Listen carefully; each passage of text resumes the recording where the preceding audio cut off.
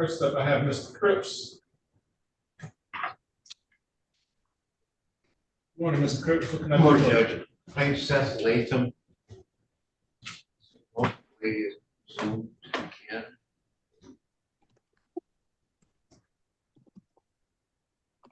I don't have a Latham here unless it's Vortex HD 65, Anita Bush, or Noel. It's not Noel. Yeah.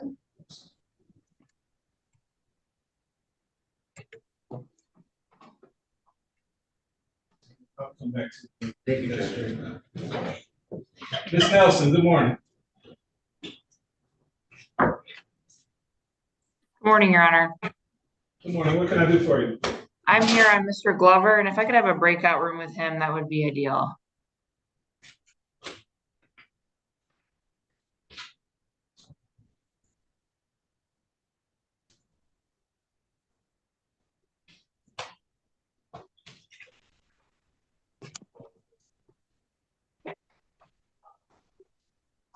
Go ahead and join.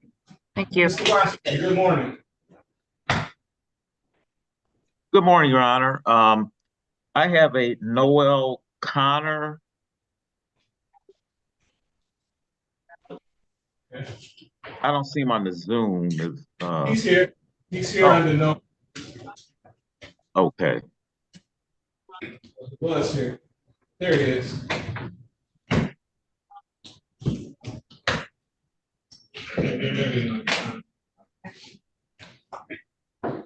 Calling case number 2105-886401, people of the state of Michigan versus Noel Connor. Defendant's charged in count 1, assault with a dangerous weapon. Count 2, domestic violence, second offense notice. Defendant also has case number 2105-8865. Defendant is charged in count 1, assault with a dangerous weapon. Count 2, domestic violence. Defendant has a second offense notice. Appearances for the record, please. Good morning, Your Honor. Shelley Dream, People, number 60249, and on both cases. Good morning, Your Honor. Earl Washington, Neighborhood Defender Service, P31383, on behalf of Mr. Noel Connor. Mr. Connor, tell us your name for the record. Noel Connor. What's your pleasure, Mr. Washington? Judge, we will request a preliminary examination date. Okay. How was July?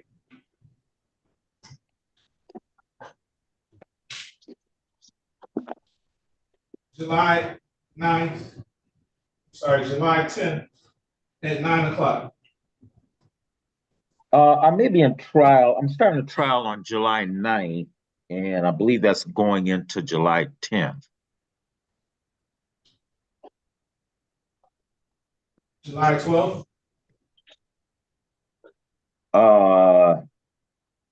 Yes. I got something at 9 o'clock, but anything after that time will work. Does 10 work better? Yeah, I can set it for 10 o'clock. All right, July 12th at 10 o'clock, bond will be continued. Okay. And I'll call you, Mr. Connor. All right, thank you. Have a good day. Thank you as well. Mr. King, good morning. Good morning, Your Honor. What you got? Last Friday, I appeared before this court, and Mr. Ritchie was not present. And maybe an hour later, they would have my office contact him and realized he had not received notice. We tried to come into court the same day, but Your Honor had left the bench. So he's here today, so that we're going to ask the court to watch the 170 day. Or continue with the day. He said he wasn't notified. Did he notify him? You didn't talk to him? I did not. I didn't. I didn't talk to him until maybe 15 minutes after the court issue. Where is He's up there outside. he? Okay.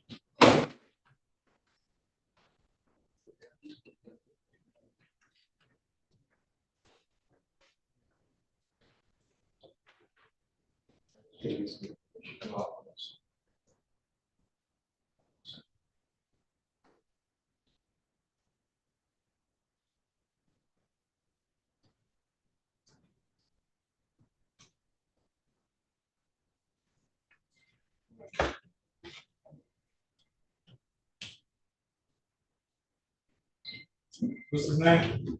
Mr. Ritchie, Jesse Ritchie. Calling case number 2405-759401 for the state of Michigan versus Jesse Ritchie. Defendant is charged in counts 1 and 2, assault with a dangerous weapon. Count 3, domestic violence. Defendant has a habitual offender, fourth offense notice. Appearances for the record. Good morning, Your Honor. Shelley Dream for the people, P number 60249. Good morning, Your Honor. May it please the Honor, report James King, you got Mr. Ritchie, who is present to my left. P number is 85229. Mr. Ritchie, can you please take the record? My name is Jesse Ritchie. This matter was scheduled for preliminary examination last Friday. Is that the 21st?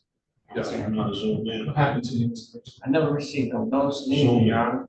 How is that, sir? That's the same thing I said. When I went to jail, only thing they gave me was these things. And I even asked the court for the thing, the lawyer I had at the other hearing. I said, where's my paperwork? I never received no notice of anything. I never missed a court date, nothing. Always come to my court date, but I never received any type of notice. But I was at work. When he texted me, I was at work. So we were arraigned on the complaint warrant. Were you given 2 days? Were you given a probable cause conference date as well as a preliminary examination? That was at mine, and they didn't give us no paperwork. Weren't you told though? No, I don't recall. I'm them sure you telling- were. The way they talked to us in there, Your Honor, I was never told anything. The way they talked to us. Perhaps you weren't listening. I guarantee you were told the probable cause conference. I don't remember. And like as I said to the board, Your Honor, once I spoke to Mr. Ritchie, he's obviously upset because he didn't know about the court date. He was correct in the fact that that was my first time speaking to him, telling him about the court date. He asked to get off work. He was released from work. He came immediately down to the courthouse. I reached out to Madam Clerk and she informed me that Your Honor had left for the day. So I asked Mr. Ritchie to come in I left today. for the day, but there was a judge who stood in place. I was told to come today at 8:30. But whoever I spoke to, I called the number for the clerk. And I called and left a message with Mr. Ritchie's pretrial supervision officer. And asked that they not pick him up until today because he had assured me that he'd be here today before Your Honor to ask to quash the warrant. At the last hearing, I also brought up the fact that I didn't believe that there would be a complainant and I wanted to move to dismiss. The court wanted to see Mr. Ritchie first. We still don't believe there would be a complaint in this case. And I was informed by Sister Counsel that there was no complaint at the last hearing. So I would ask the court to both quash the motion and to dismiss the case. As a matter of practice, Mr. King, I don't quite understand how you have no communication with the client up until the date of the preliminary examination. Just in preparing for the case, I would think that you would contact him and give him some instruction, where the court do, how the case is going to proceed, that type of thing. I take full responsibility for that. Ms. Strang? Thank you, Your Honor. Yes, that is true. The complainant was notified of the hearing date on Friday for 8:10. She was, the subpoena was given to her. She did not appear. So I do not anticipate that she will appear if there were another date set. Might not object to it. All right, the court will dismiss this matter without prejudice and Same with my master. So. When you want to go right there.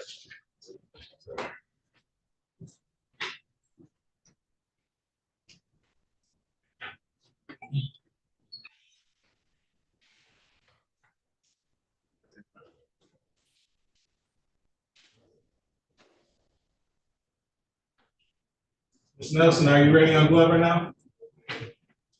I am, Your Honor.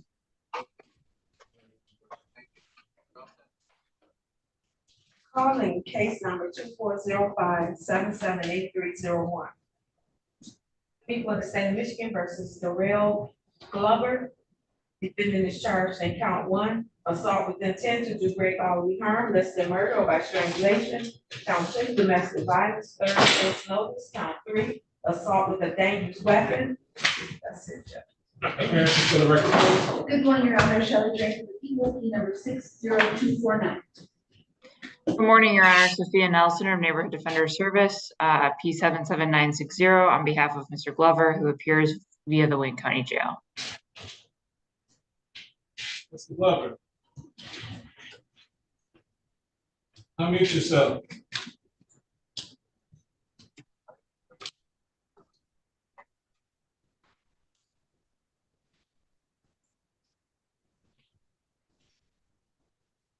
Yeah, I'm not sure what's going on there. Were you able to contact or talk to him in the waiting room?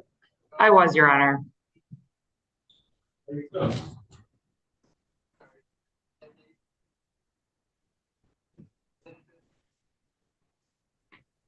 There he is. Tell us your name for the record, sir. How you doing, Mr. I'm sorry, Your Honor. Hi, I'm here, Daryl Glover. I'm here. All right. What's your pleasure, Ms. Nelson? I'd like to set this matter for a preliminary exam. Okay, the court will continue to plead not guilty and set this matter for preliminary examination. Ours July 10th at 10 o'clock.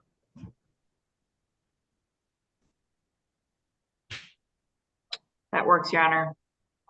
All right, July 10th at 10 o'clock. Final will be continued. Thank you. Hey, Mr. Cripps, are we ready now? If Mr. Latham is on Zoom, I'm ready. Did he indicate what name he would be in? No, Your Honor. Oh, Are you able to talk to him? Talked to him last night. I'm talking about this morning. No. I tried a number of times.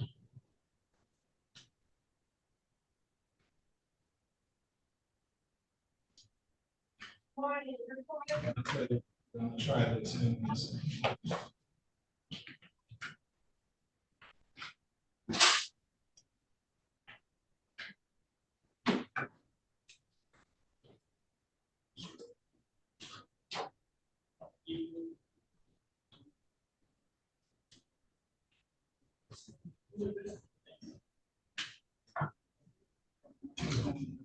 July 10th. July 10th.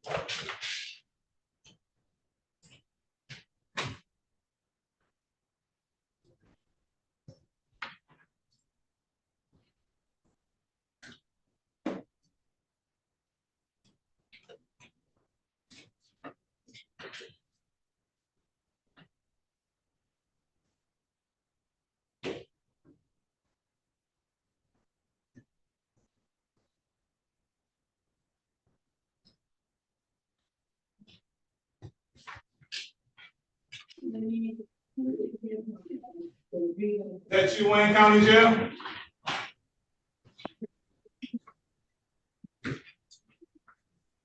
Yes, sir. Wayne County, did you need us for anything? I don't know. Do you have anything else for me today? No, sir, that's all we have was Mr. Glover. Okay. Thank you, sir. Have a good day. You too.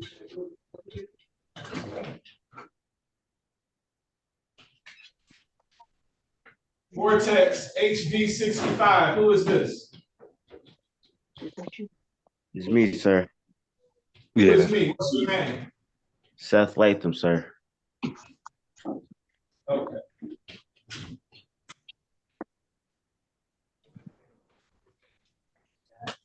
Yes. Calling case number 2405769801. People of the state of Michigan versus Seth Latham.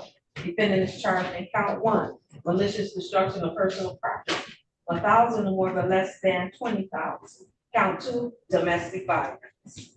Appearances for the record, please. Good morning, Your Honor. Shelley Draper, people number 60249. Hey, good morning, Judge David Cripps, P 34972, appearing on behalf of Seth Latham, who joined us by Zoom. Sir, take that off your head. Tell me your name. What's your name, sir? Seth Latham. What's your question, Mr. Cripps? Your Honor, in discussions with my client, went over discovery with him, I'm recommending that he waive the examination. I believe that's his decision. All right, Mr. Latham, please raise your right hand. You swear or affirm to tell the truth, the whole truth, and nothing but the truth, so help you God? Yes, sir. Thank you, sir. You can put your hand down. You understand you have a statutory right to have a preliminary examination by waiving the same. That means you won't have one and you'll be bound over to Wayne County Third Circuit Court as you stand charged with complaint one. You understand that? Yes, sir. You understand the nature and the purpose of a preliminary examination? Yes, sir. You understand if you were to have one, the prosecution would have to establish that the crime you're charged with was committed in the city of Detroit, that there's probable cause to believe you committed it. Yes, sir. Is anyone forcing you to waive your right? No, sir. Has anyone promised you anything? No, sir. Are you waiving your right freely and voluntarily? Yes, sir. Any objection from the people? No objection, Your Honor. Court finds defendant's waiver is made knowingly and voluntarily freely given, the court will therefore find the defendant over to Wayne County Third Circuit Court Criminal Division for further proceedings. His arraignment on the information date and time will be July 8th, 2024 at 9:00 a.m. Thank you very much, Judge. All right, thank you, sir. Have a good day. You can sign up now, Mr. Latham. Thank you.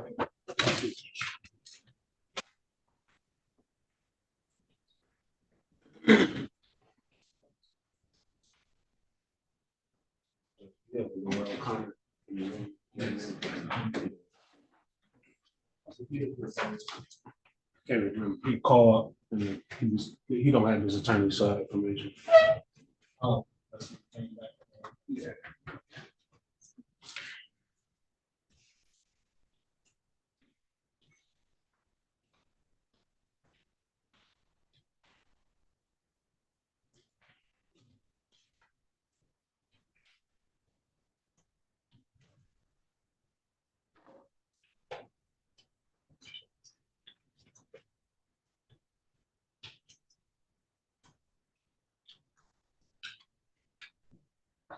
Good morning, Mr. Gagnon. Morning, sir. You know who this attorney is on formal minority? Probably.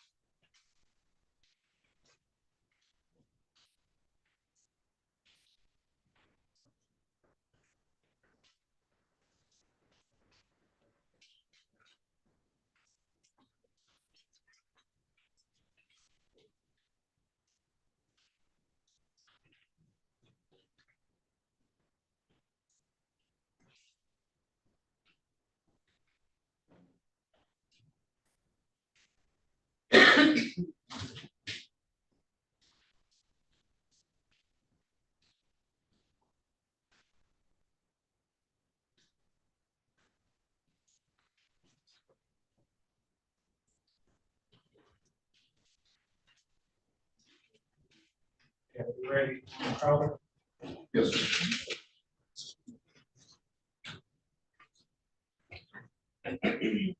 Calling case number 2405-762901, was state of Michigan versus Clarence Crowley. Defendant is charged with count one, assault with intent to do grave bodily harm, vested murder or by strangulation. Count two, domestic violence. Appearances for the record, please. Good morning, Your Honor. Shelley Drake of People, P number 0249. Brian Gagnon, sir, neighborhood defender, service P64220. That's fine. There's a date and time set for preliminary examination. Are you ready to proceed? I am not able to proceed at this time, Your Honor. The complaining witness was notified of today's date and time, I believe, for this exam. She is not present. I cannot proceed without her testimony today. Your Honor, please dismiss without prejudice. Court will dismiss this matter without prejudice.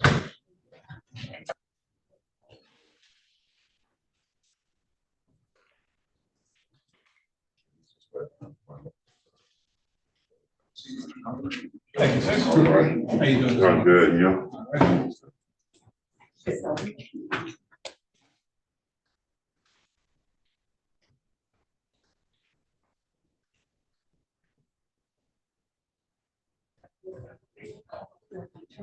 Yes.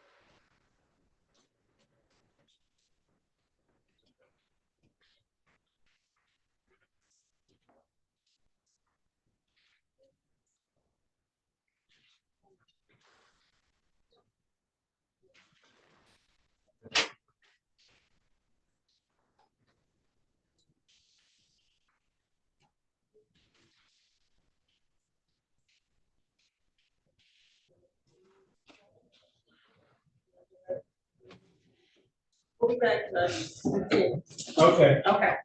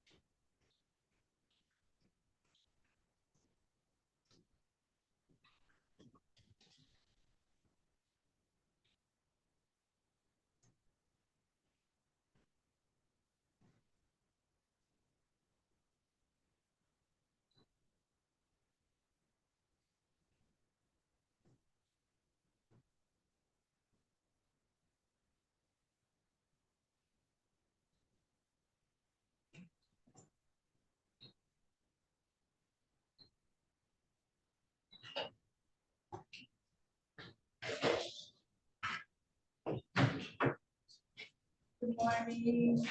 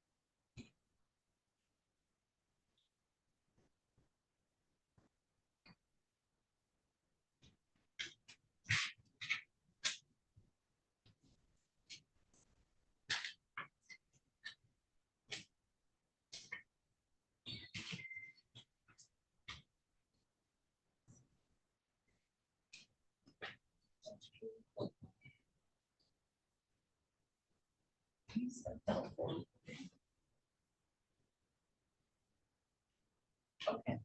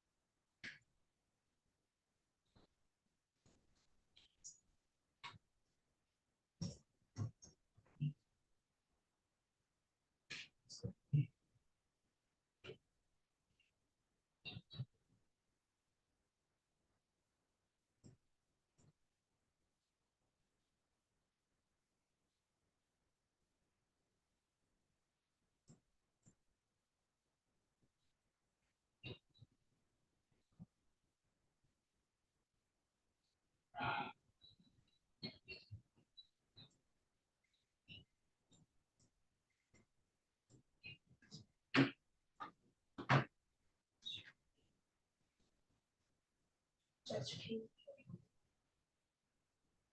Speaking.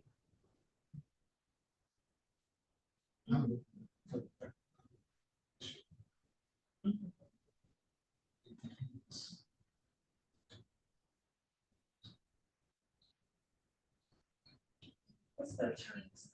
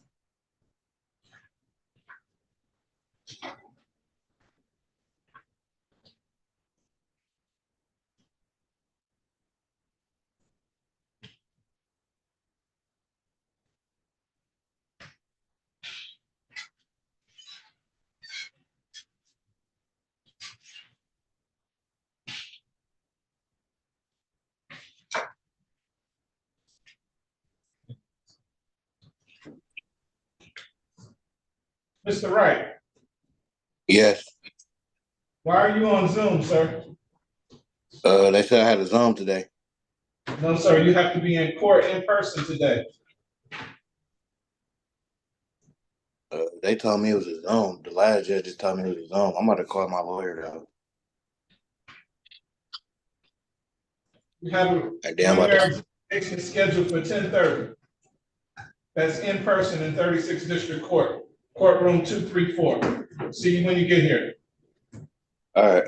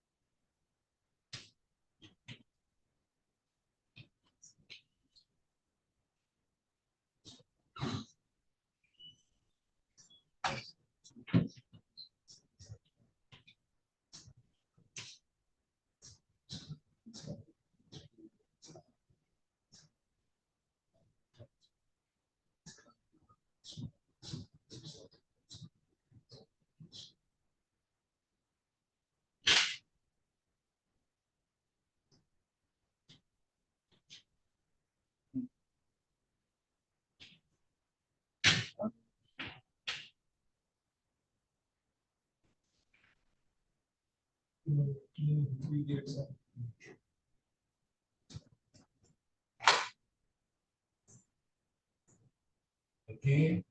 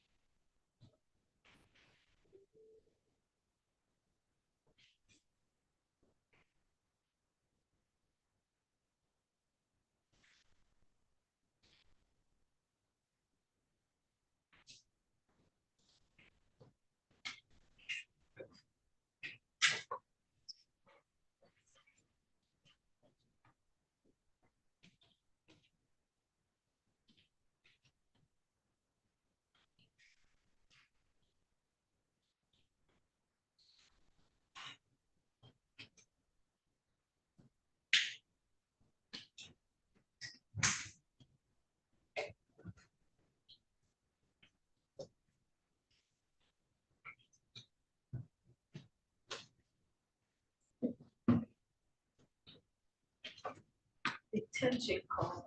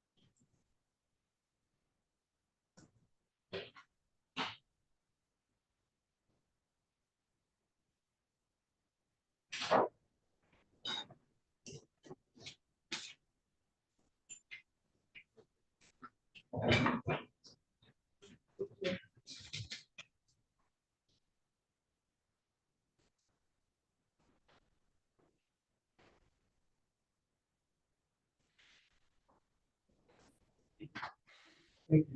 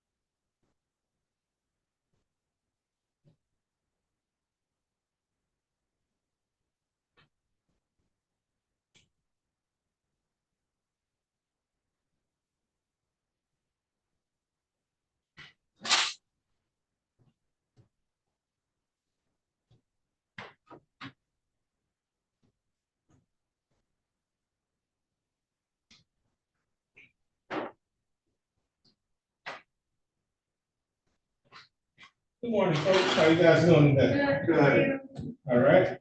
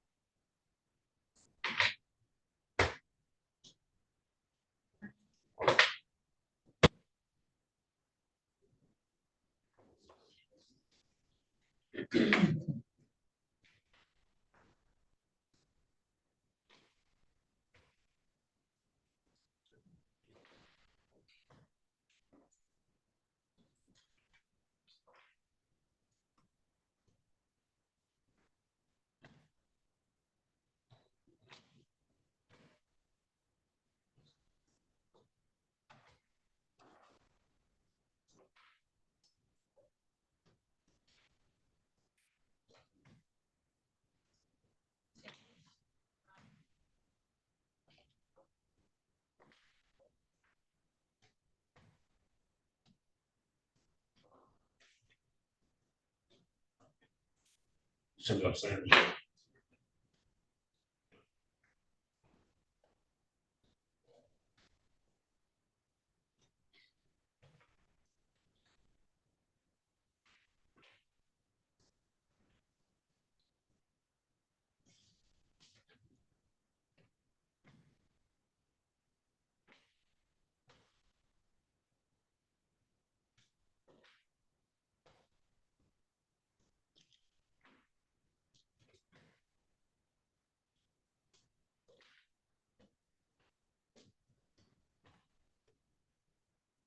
Have anybody for our 10 o'clock here yet? Going on, good.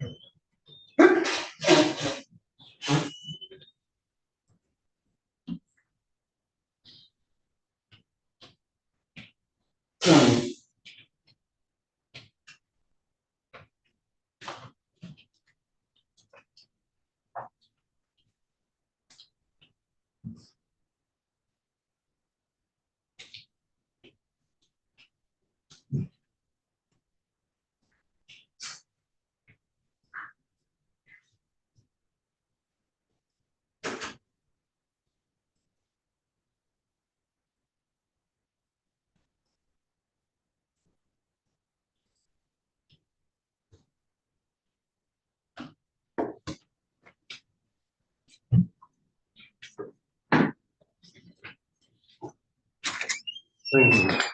So, see.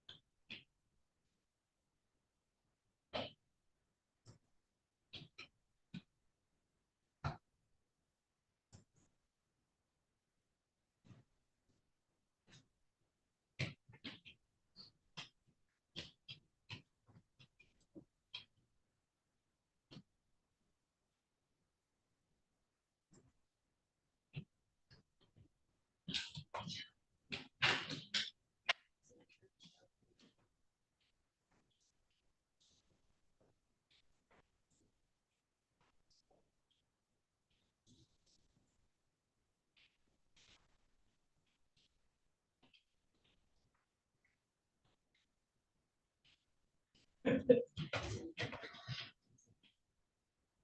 McDowell. Judge King, how you doing?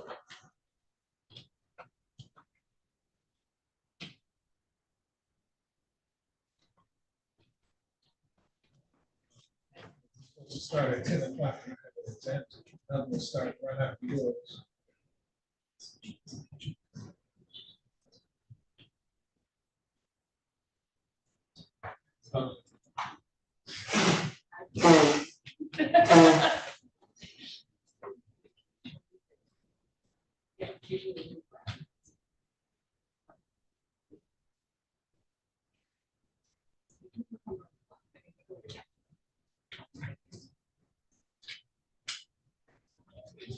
They give us an attorney.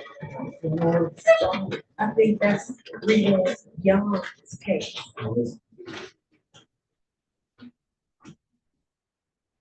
I tried to email her and I tried to call her, but it was the voice.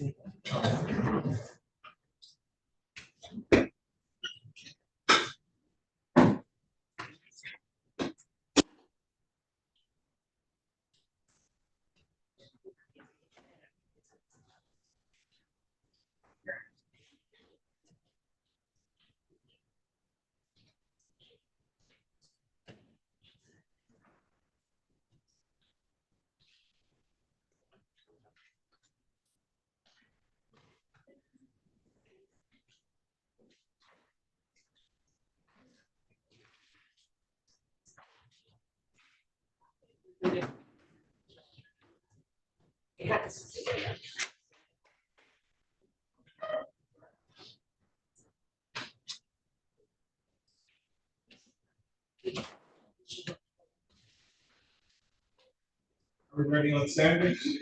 The defense is ready, Your Honor. Ready to start? Yes, Judge.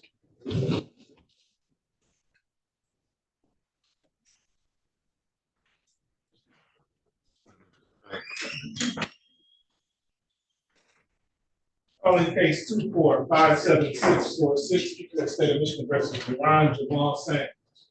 Defendant is charged with count 1 assault with dangerous weapon, count 2 aggravated domestic violence. Appearances for the record.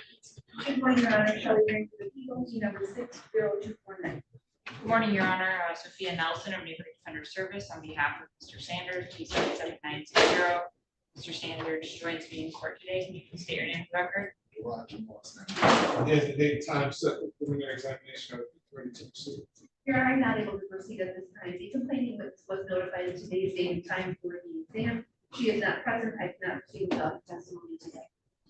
The defense would move to dismiss, Your Honor. So order, the court will dismiss this matter without prejudice. Thank you.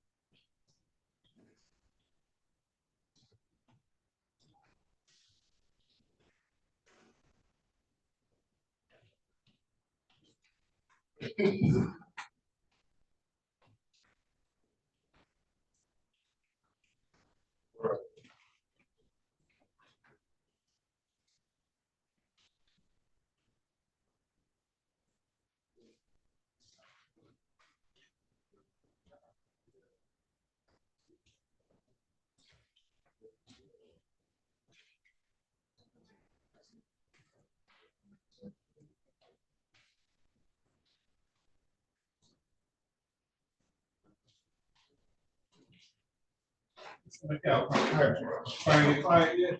Yes, he's here. Okay.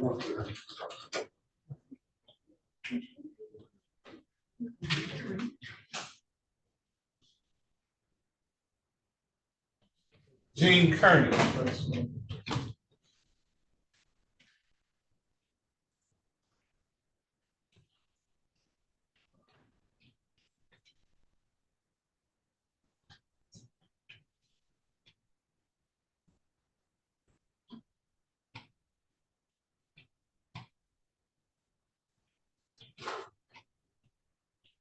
Calling case 2457587, people of the state of Michigan versus Gene De Niro Jarvis Kearney.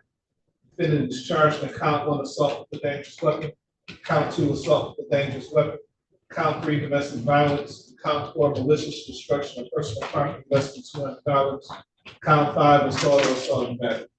Appearances for the record. Good morning, Your Honor. Shelley Draper, people, P number 60249. Good morning, Your Honor. Warren McAlpine, P number 52522. I'm here on behalf of Mr. Kearney, who's present standing to my left. Tell us your name for the record, sir. Gene Kearney. There's the date and time set for preliminary examination. All right, proceed. Yes, Judge. How many witnesses? One for now. Okay. Any preliminary matters before we call you witness? No, Judge. No, Your Honor. All right, call you witness. People will call this email clerk. Your Honor, did Mr. Kearney put his name on the record? Did you? Did you introduce yourself to the court? Yes. Oh, you did? Okay, okay. Yes. What's your name? Gene Kearney. Okay, sorry, just I didn't know what you did.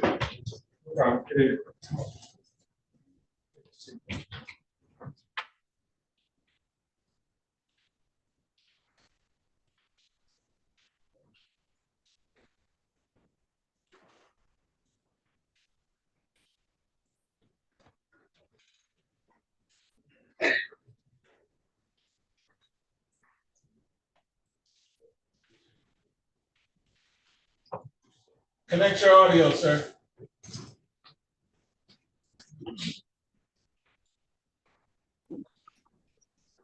Yes, sir. Where are you at? I'm downstairs. Can you tell me the courtroom number, please? Courtroom 234. All right, thank you.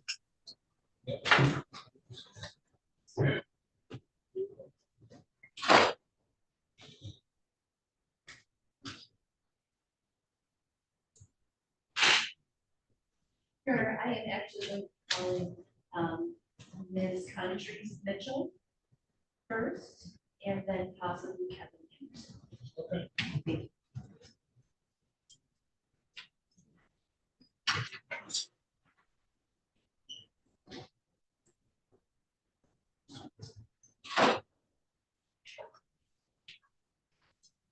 Sir, please give your name and the spelling of your name to the young lady seated there.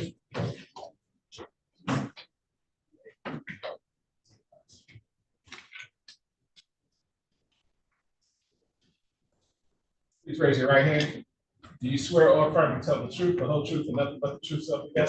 Thank you, sir. Please have a seat in the witness box right next to me. Keep your voice up nice and loud and speak into that microphone and repeat to your loved ones you have a seat. Yes, sir. Put the microphone down to you. Maybe, Kevin, you ready? Good morning. Please state your name for the record. Marcus Mitchell. All right, Mr. Mitchell, I'm going to be asking you some questions today. If you don't understand something, if you want me to repeat it, please let me know, all right? Yes, ma'am. Thank you. All right, I want to bring our attention back to the date of June 3rd, this year, 2003. Do you remember that date? Yes, ma'am. I'm sorry, 2004. You remember that date? Yes, ma'am. Thank you. All right, and where were you on that date? Well, for most of that day I was home, watching clothes, basically. Okay. 2024, right? 2024. They said 2004. 2020, June 3rd, 2024. I'm sorry, Judge. All right. Okay, so you were home, and where's your home located? 4325 Rich Street. Okay. All right. So did anything happen at your home or somewhere else? Something happened somewhere else, yes. Okay. So you were at your home, and what happens? Basically, my girlfriend gets a call that her her niece her car's broke down. And her daughter's on the way to go help her jump her car. Okay, and based on that information, what did you do, if anything? We waited about 10, 15 minutes. She called back and things escalated from there. Oh, okay. When you said we waited, who are you speaking of when you say we? Me and my girlfriend, she's the niece, she's the aunt in this situation. And what is her name? Natasha Pickett. Okay, all right. And so you said things escalated from there. Yes, ma'am. So her daughter calls, this is Natasha Pickett's daughter. She calls back and says that they're over there trying to jump the car and that they're being harassed by a young man. Okay, and what is Miss Pickett's daughter's name, if you know? Her name is Deanna Shamley. Okay, all right. So based on that information that you received, then what do you do, if anything? Well, from there, we decide to go out there and basically to quell whatever was happening over there. Okay, so did you go to that location? Yes, ma'am. And what was that location? I don't recall the location address. Okay, do you recall the street name? No, ma'am. Okay, do you know any of these, streets that it was on? No, I'm not familiar with anywhere in Detroit. Okay, are you sure that it was in the city of Detroit? Yes, ma'am. Okay, all right, and what happened when you arrived there? When I arrived there, I was presented by this young man and the girls group. They were having a standoff. So it was basically him against the girls and Okay. they were facing each other. Okay, well, so you said him. Yes, ma'am. Okay, and when you say him, who are you referring to? This young man in the white t-shirt. Okay, and you saw him at that location? Yes, ma'am. Okay, Your Honor, I would ask the court, please let this record reflect that this witness has identified the defendant, Gene Kearney. So noted. Thank you. Okay, and so when you arrived, you said you saw him and like against two other girls, is that right? 4 other girls. 4. Yes, ma'am. Did you know who any of them were? They were all family akin to Natasha Pickett's daughter and niece. Okay, did you know any of their names? Deanna, Shamley. For the rest of them, I don't know their last names. I know basic nicknames: Kiki, Shantanisha, and that's it for me. Okay. That's all I know Okay. on the names. Can you describe exactly what you observed when you arrived at that location? What I wasn't physical. It was all verbal. Basically, they were jawing back and forth. Okay. That's what I seen when I arrived. Okay, what happened next, if anything? So the next thing that happens is I try to talk to him, being that me and him are young men, I try to talk to him first, be like, yo, let's just chill, bro. Just give him, I tried to. And, he was totally disrespectful to me. And he was like, do you want to come here and save these hoes? And I was like, okay, then there's no need for me to talk to this man anymore. So from that point, I turned to my group and I told them, I said, let's turn our back on this guy. Let's turn our back away from him. And did you do that? Yes, ma'am. Okay, what happened next, if anything? Well, the next thing that happens is he basically followed me, like he tried to follow me. I guess he was trying to provoke me. You see, he tried to provoke me, basically. He tried to make me engage in contact with him. But I'm like, this doesn't make no sense to do that. I'm a grown man. Like, this is not the thing. I don't get down on this level. So basically, I just said, let's turn our backs on him. Next thing I know, he's engaged in fighting with my girlfriend. So, okay, and when you say engaged in fighting with her, what specifically did you see happen? Unfortunately, my back was turned when any first punches were thrown. But what I did see was him have her in a basically like in almost like they were both gesturing to put each other in headlocks. That's what I said. Okay, and how long did that go on for? I want to say maybe 2 minutes. Okay, and what happened after that? Her family ended up swarming him. Okay, And how many were there when you say her family? The four that I named, it was the four that I named, and yeah, they swarmed him. So and that's when I ran over there. This video. I ran back over there. I grabbed him. I throw him off of my girlfriend because he was locked onto my girlfriend, posturing. I don't know what he's gonna do. So I grabbed him and threw him off of my girlfriend. Okay, what is your girlfriend's name again? I'm sorry. Natasha Pickett. Okay, and so when you do that, what happens next? Then he hits me. Okay, where did he hit you? He punched me in my mouth right here, on the right side, kind of in between where my lips separate. Okay, were you injured as a result? Yes, ma'am. And how were you injured?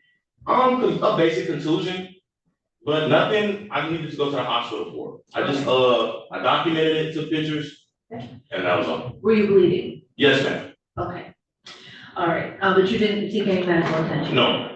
So after you were punched in the face by Mr. Kearney, what happened after that? Well, the next thing is, seems like he grabbed okay, so after I threw him off my baby mama, they apparently saw him reaching for his knife. So the next thing that happened was when he reached for the knife, he had it in front of somebody else's baby mother. So this would also be another aunt of the girl in question who he was fighting with in the first place. This is her aunt again. This is another aunt, not the same person. Sir, did you see him with the knife? Yes. Yeah, so definitely he had the knife. And what happened was the guy, her boyfriend now comes behind him and puts him in a headlock, in a chokehold. And he put him in a chokehold, he put him to sleep. And from that point, the fight settled down at that point, but it did not end. Okay, so it settled down for about how long? Let's say about a minute. Oh, okay. It was shorter than the time that him and my girlfriend had locked in with each other. Okay, can you describe the knife that you saw? It was a curved knife, sort of like a switchblade. I'm not very knowable with knives, but it was definitely, say about this, I want to say like 6 inches long. Okay, and are you talking about the whole knife or just the blade? Just the blade. Okay, all right, thank you. Okay, so after that minute is over of it being relatively calm, what happens next again? So basically they scream, okay, he's got a gun, he's got a gun, he's got a knife. So now they're saying he has a gun. They said, well, I didn't see a gun. Okay. I saw the knife. Okay. But from what they told me, it's a 22. So they saw the gun, they know it was the gun. And basically that's when, it's okay. The police had already been called. So did you call the police? No. Okay. No. I was involved in the fracas. So what I learned is the police were called before we even got there. Okay. So what happens after that? Okay, after that, I went to my car and started to load up our weapon, and I was gonna stay in the car and wait on the police to arrive. Okay, and did you do that? Yes, ma'am. Okay, and did the police arrive? Yes, ma'am. What happened when the police arrived? When the police arrived, basically, I was John, I was talking, I was upset that he hit my girlfriend and he hit me. I was upset that, all of this escalated and went crazy like it did. But when the police came, was very same way I'm talking to you now, it's basically the same thing. Okay. Yeah. And did that situation come to an end at that point? Yes, ma'am. Okay. All right. I don't have any further questions at this time. Cross-examine. Thank you, sir. Good morning, sir. I didn't get your name again. Qantas Mitchell. Qantas Mitchell. Okay. All right, Mr. Mitchell, you testified that you arrived at the scene somewhere in a location you believe is Detroit, correct? Yes, sir. You know Highland Park from Detroit? No, sir. Okay, you could have been in Highland Park, right? Yes, sir. Be that as it may, when you arrived, you saw my client being confronted by 4 other people, correct? Correct. Were they belligerent? Yes. They were trying to attack my client. Would that be a fair description? No, sir.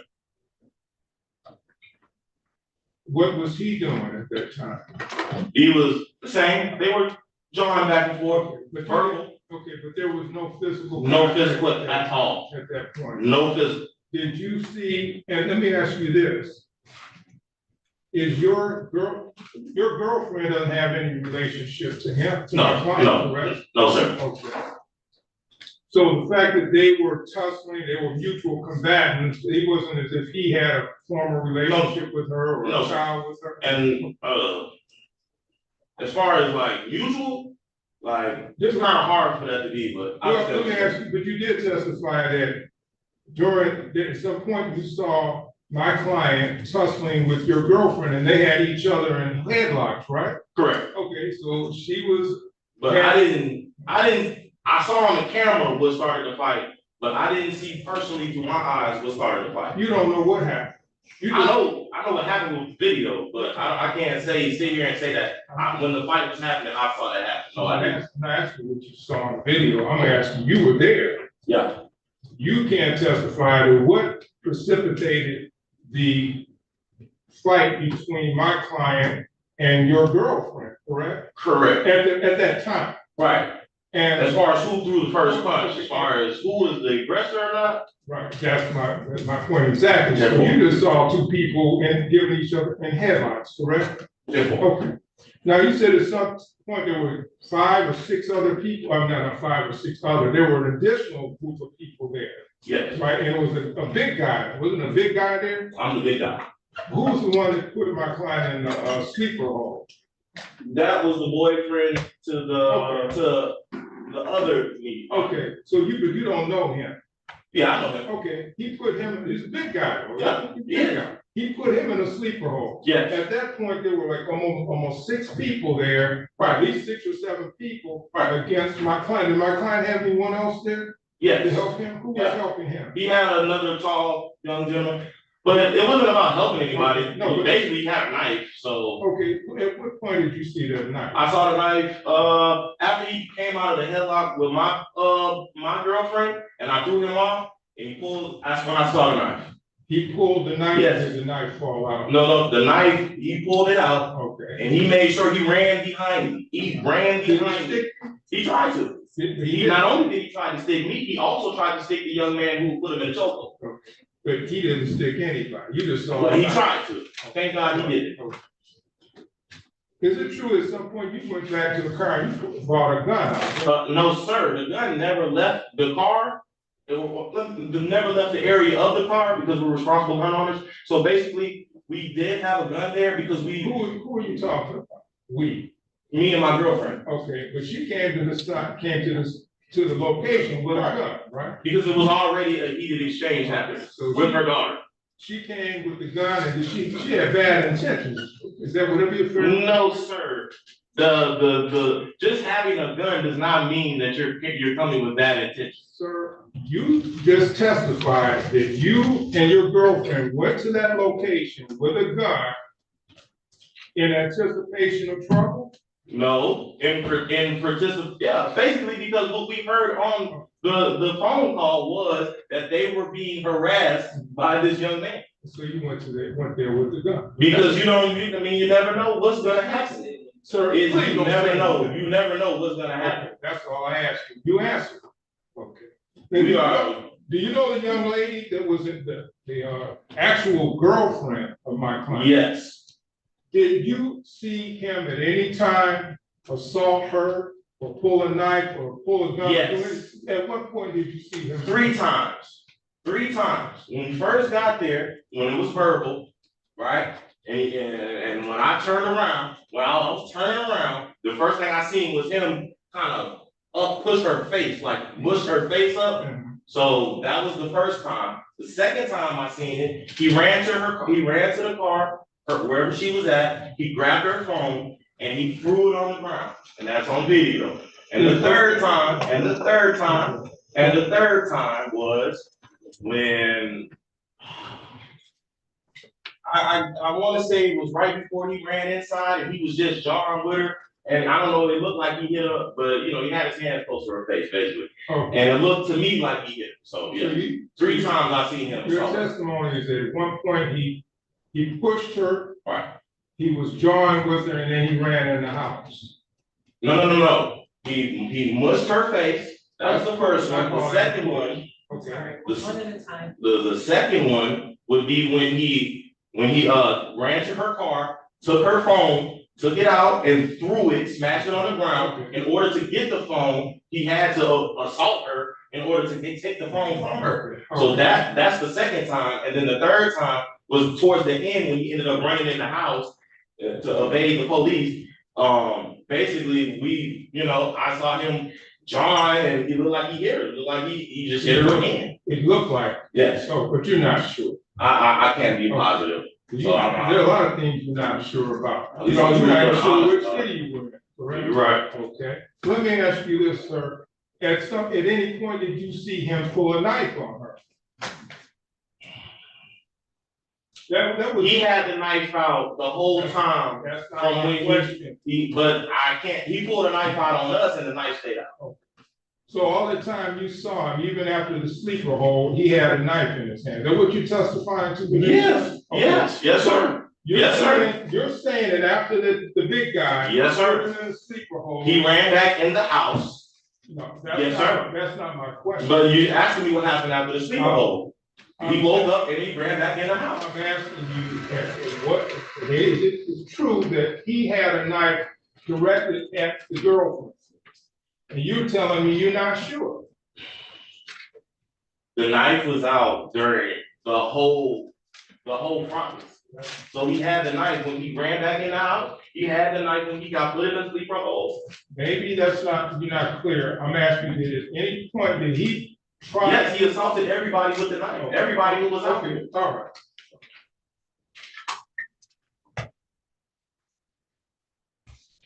Just 1 second.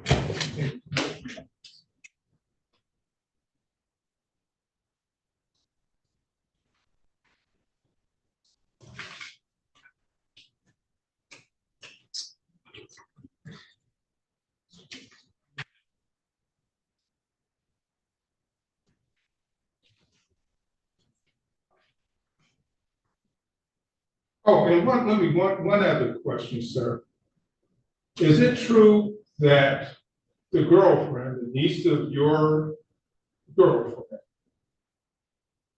did she have a knife at the scene? Do you remember seeing a honey knife at that scene? No, sir. You don't remember? No, sir. I remember kitchen knife. That the girlfriend had? No. Do you remember seeing a honey knife? No, sir. You said you watched the video. No, sir. I wouldn't be able to tell you what a honey knife looked like also. A large serrated blade about this long. Did you see a honey knife at that No, scene sir. at any time? No, sir. And you said you watched the video, correct? Right. You watched it from the end to the end? Yes, sir. I was there. I know what happened. And you didn't see a knife? You didn't see a honey knife? I definitely seen his knife. I definitely know that we had a kitchen knife there as well. Okay. After that, I don't know. I don't know. You don't remember seeing a honey knife? Okay, that's fine. That's your answer. No, sir. I don't know what a honey knife is. Judge, I don't have any further questions. You be correct? Yes, Judge. Just asked a lot of questions about the knife and the knife in relation to Mr. Kearney. And you said you stated he tried to stick you with it. Yes, ma'am. Okay, could you describe exactly how that happened? He, so basically I had my back turned, because the whole time I didn't want to face him. So I had my back turned, because, he was trying to provoke me and I didn't want that to happen. So, I ran up to him a couple times, like, hey man, you need to stop what you're doing. You're doing wrong. I said some vulgar words, because I was upset. But I mean, when I turned around, I walking back to the car, they're telling me to go back to the car, he's running behind me, and he sticks out like this. And I'm trying to figure out, like, he trying to punch me again? She's like, and I'm like, oh, he got a knife in his hand. Okay, so you saw him actually swing the knife at you? Yes, ma'am. Okay. Not only me, my girlfriend and the other guy who was in the car. Who's the other guy that was in the car? So he was sitting in like a white van Jeep. I guess they pulled up. I don't know when I didn't see when they pulled up, to be honest with you. But they were there. Okay. And when they got there, the dude was sitting in the car seat. He was kind of talking to him, but again, we pulled out the knife, and after I threw him off my girlfriend, you know, he trying to pull a knife out. The guy comes behind him, puts him in a sleeper hole, put him to sleep. He wakes up, nobody tries to take the knife from him, so he picks the knife up, runs in the house, comes back outside. And that's when on the video I'm screaming, "Oh, he got a gun! Oh, he got a gun!" Now he's done. He's going to jail. He's going to prison. He's done. That's what I said in the video. So basically now, when this is after I say he's got a gun, he comes back outside. The first person he does, he runs to the white van, the white Jeep or van, I don't know what it is for sure, but he took a stab at that guy. And then, you know, he got into a little fracas and they pushed him off. The girl, she grabbed some kind of weapon to go back against what he had, and it kept escalating. And then that's what I know when I turn my back on him, he's behind me, he's running towards me with the knife, trying to stab me as well. Okay, but he wasn't able to stab you? No, ma'am. Okay. The person who Mr. Kearney ran up to in the vehicle, do you know that person's name? I'm not too familiar with his name. I know his name is Kevin, but as far as his last name, I'm not sure. Okay, all right, thank you. I have no further questions. All right, sir. Remind me, what was this all about again?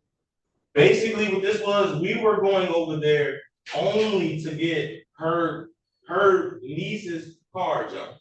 That's it. Yes. And do you know what his relationship to your girlfriend's niece is? From what the niece gave to us before prior knowledge of ever having contact with him, that he was an abusive boyfriend. Now, you said he swung the knife at you. Was that before or after he was put into the sleeper hole? That was after. He swung the knife at you after? After. He was put into the sleeper hole? Yes, sir. Okay. So at the time he was put into the sleeper hole, you said he actually was unconscious at some point in time. Right, he was unconscious. For how long? Probably like 30 seconds. It wasn't long. And during that 30-second period of time that he was unconscious, what was everyone doing? Everybody had moved back. Nobody touched his knife. We left his knife there. Nobody touched him. Nobody just hit moved him? back. Nobody touched him. Nobody kicked him. No, nothing on the ground. None of that is on video. Where nobody touched him at all. And then he woke up after 30 seconds. He grabbed the knife. Yeah, and he ran back inside the house. Okay, so at what point did he swing the knife at you? When he came back out of the house, because I started yelling, "Oh!" They kept saying he got a gun. He went inside and got a gun. I said, "Oh, he got a gun. Oh, he got a gun. He's going to jail. He's done now. He's done. That's okay." That's what I was saying. And then he came out the house and swung the knife at you. Yes, sir. He swung the knife at Kevin, who was sitting in the white truck. He ran and swung the knife at him first. And then he ran to me and swung the knife at me. Did you ever hear him? No, sir. Not in the least. And I said it on video that I didn't want to hit him because he was so small and I didn't want to hurt him. Any questions based on my question? No question?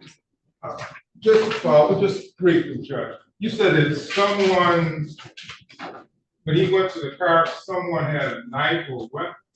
No. What happened was the man was sitting there, he was actually friendly with the dude. Cause I didn't know who he was at first. I thought he was cool with the guy, so I was like, maybe he can calm him down. But when he got put in the choker hole, he went to sleep. Nobody touched him. He got up, grabbed his knife, and ran inside. When he came back outside, he came back on a pier. So he ran at his car first, and when he got to his car, he tried to stab him. And I don't know, it looked like he pushed him off and got in his car, sort of. I don't know what happened after that, but I did see they was pushing him away. His uncle was pushing him away, and then he ran over to us, and he swung the knife at us as well. Okay, that's this video that you're referring to, who was taking video? Deanna Shamley, I believe. I believe it was the daughter of my girlfriend. Isn't that the girlfriend? That was the girlfriend, correct? That's my girlfriend. Oh, Deanna Shamley. Deanna Shamley is the daughter of my girlfriend. And what was done with that video? Was it turned over to the police? She said that because the video was so long, she couldn't send it to the police because she doesn't know how to break it down. But the police officer advised her to leave the video on the phone. Is she here? Yes, sir. All right, that's questions. Judge. This is the first time I heard about it. Thank you, sir. You may step in. Thank you.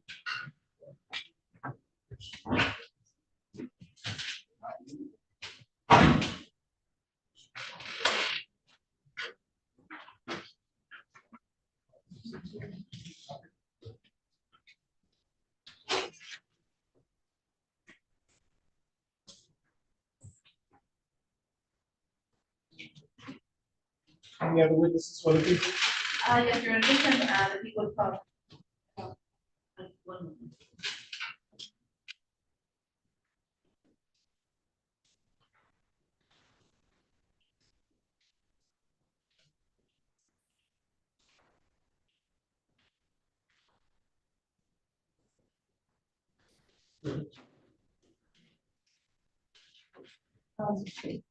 Your Honor, I'm not, I don't have any other witnesses that I would want to call at this time.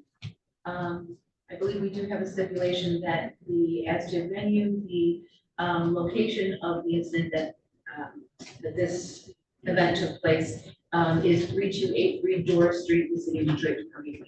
So stipulate, What's stipulated? court receives that stipulation.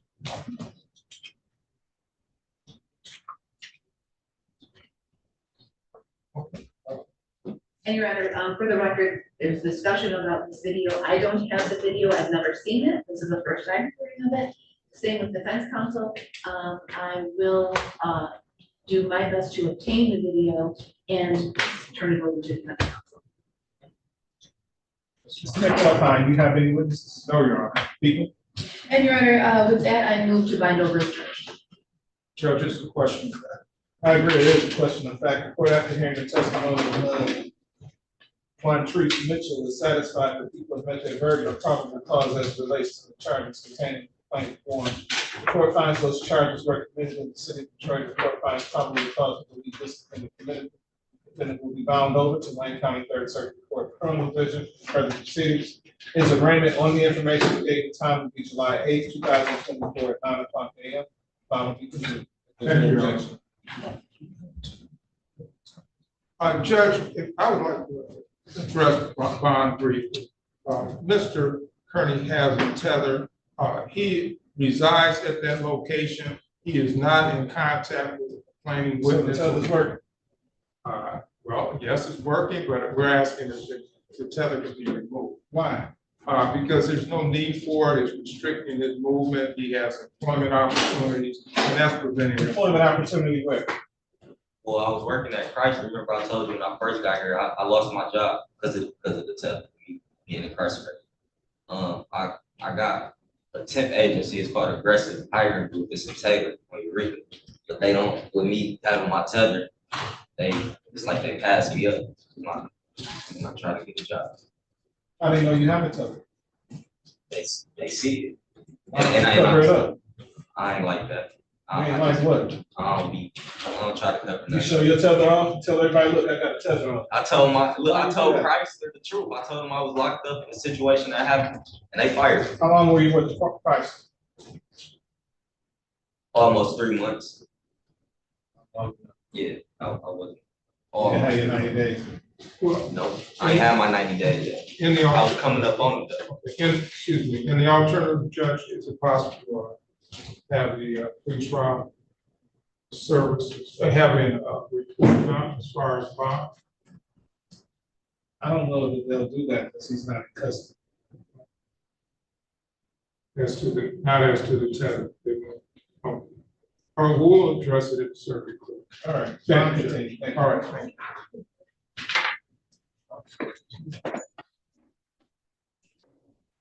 Mr. Galen, good morning. Good morning, Your Honor. How you doing today? Very, very good. I was making my time down Gratiot, I was going just a tad bit behind. I did call and leave a message. Your time is perfect. Is Mr. Right here? Yes, he is, Your Honor. Have him step in. Yes, Your Honor.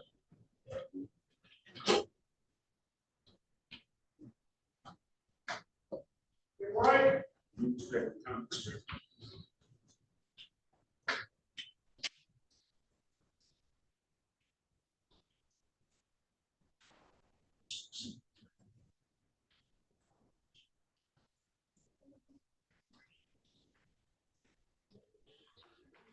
What you got on, Mr. Wright? Work clothes, Work clothes, where you work at? CNC plumbing.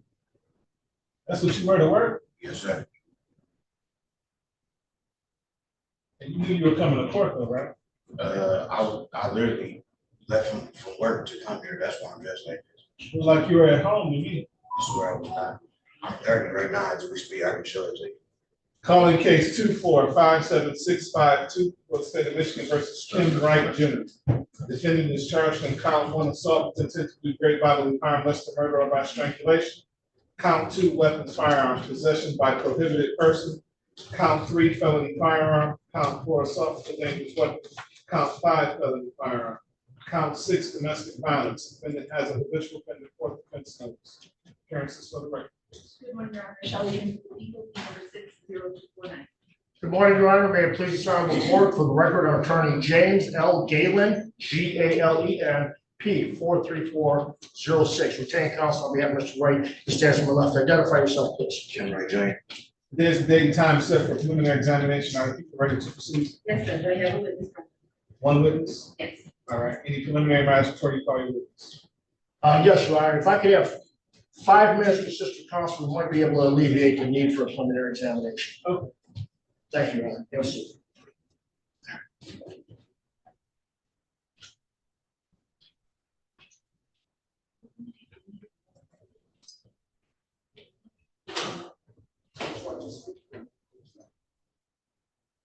I have to put clothes on next time. Scene works.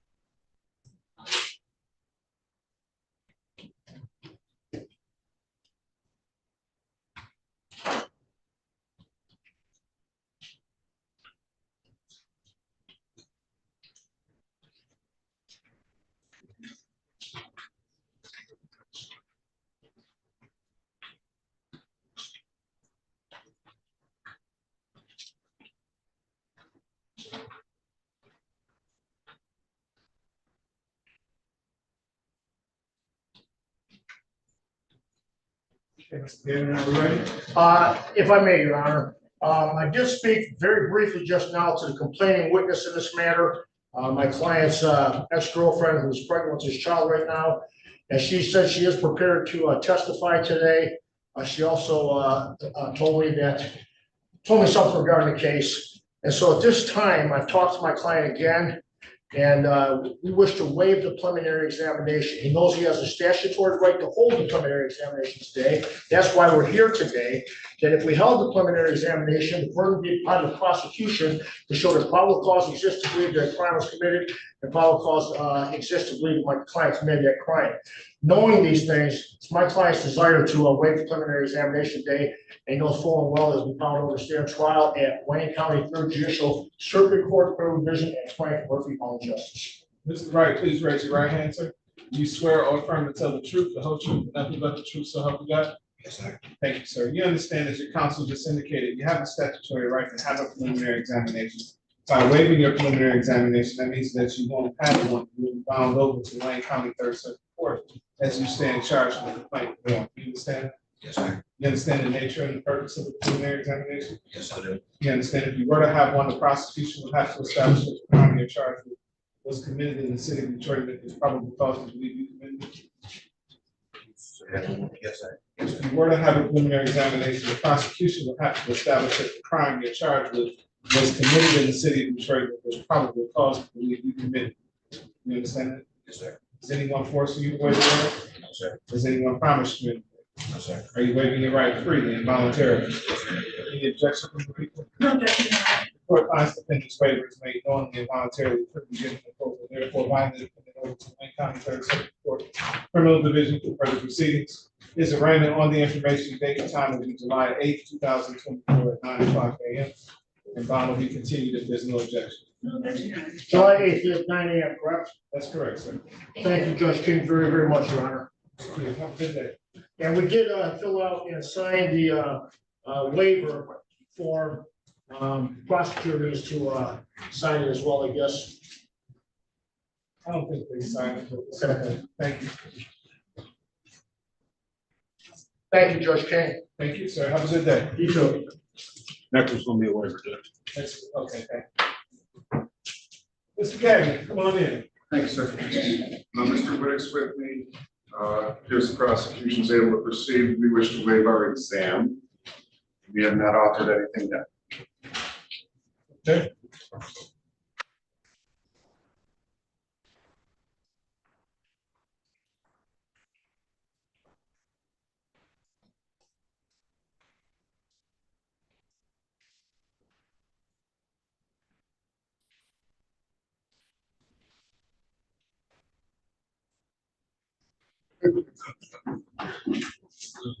Back. In the back. Should.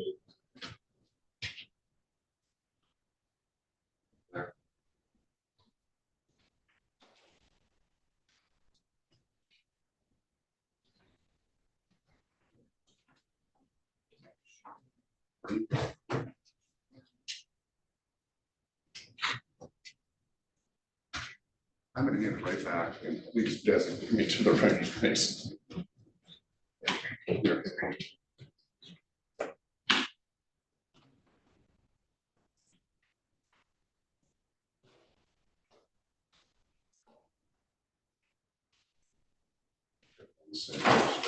Right. It's in the front. Should be right up under the complaint.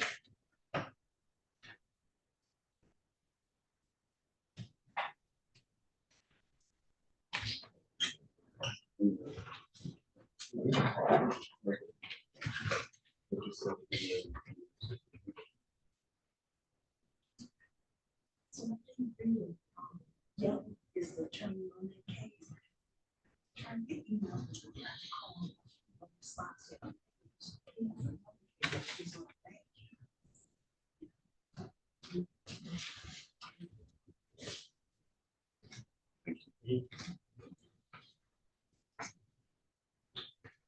Thank you, sir. Yes, sir.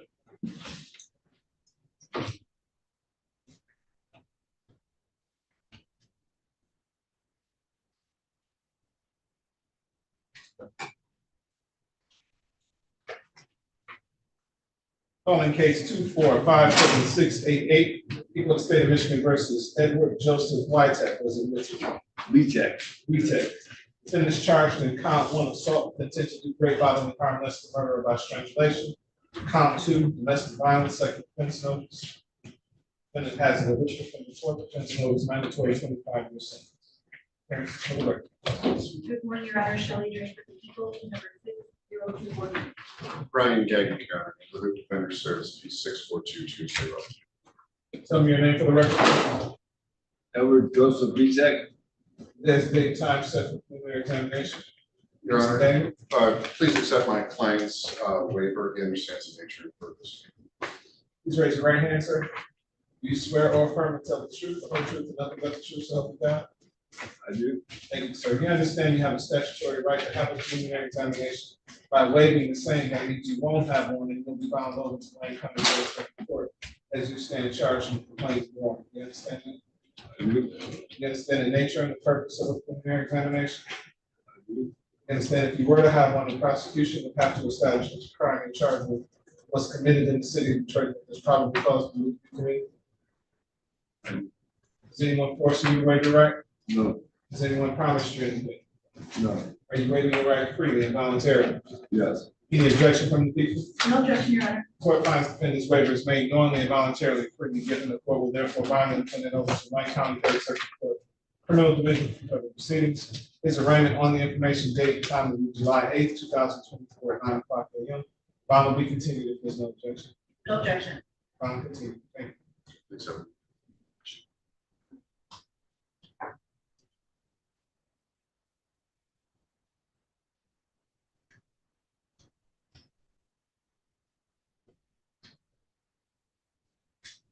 some more pants. And there'll be the last day that we're gonna have defendants in shorts. They show up in shorts, they can't come in and either be capious or ask one adjournment or whatever. Copy that, Judge.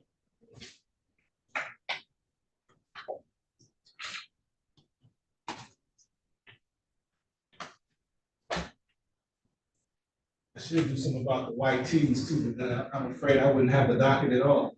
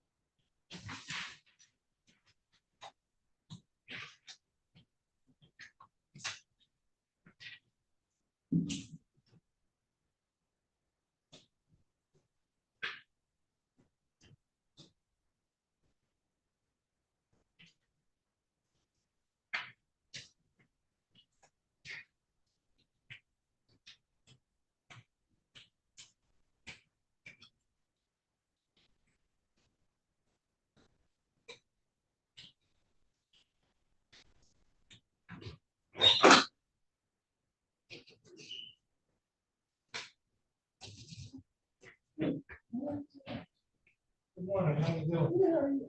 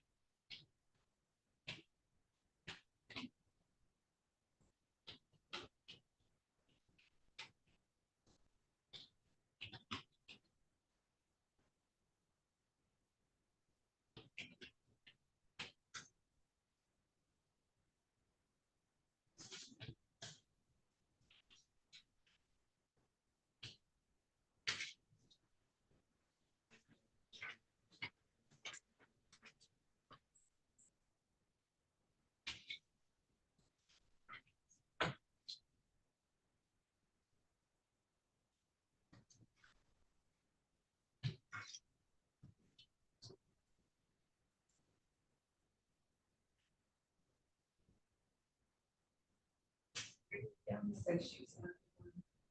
She said she's not.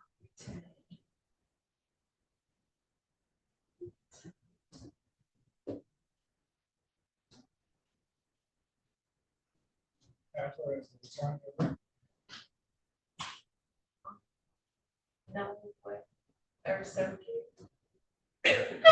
gave me was a attorney that's out of, I think it was Texas. And I figured the previous clerk probably entered the numbers wrong. That's how I got really young. And then I went up the, on his other case to see who was the attorney it was reading.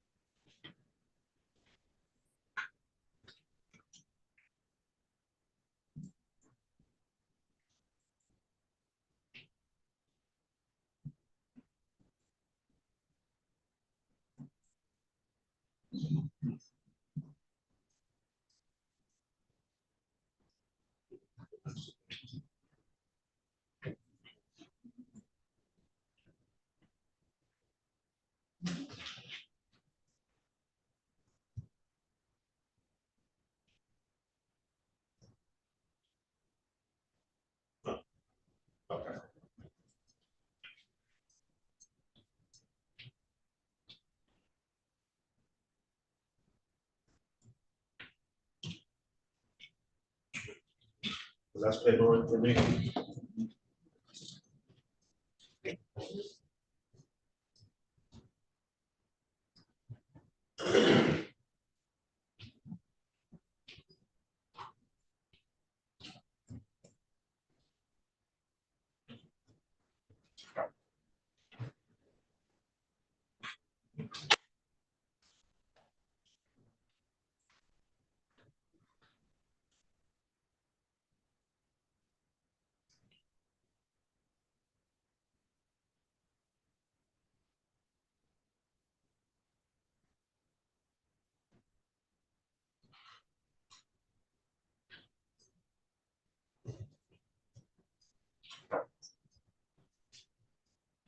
Question. Do we have any jail clothes? Like tops, pants, anything like that? We don't, I know Stafford Jones keeps some in hers and, Brian keeps some in her for. I wanna see about getting some, cause if they don't know how to get dressed, maybe I need to dress. About to be like Giles too, huh? Giles do that? Oh, Giles locked him up. Oh. Yeah, he put him in custody. Sometimes. But, those are the only two judges that I know that keep, shirts. I wanna get some shirts and some pants.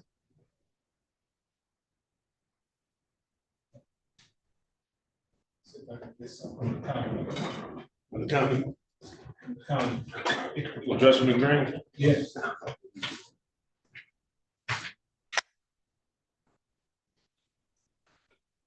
Would think that the attorneys are giving them a heads up way ahead of As time. you see this morning, they don't even talk to their clients. Yeah, it sounds too much like rap, right?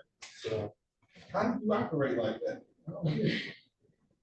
Can't blame it on caseload.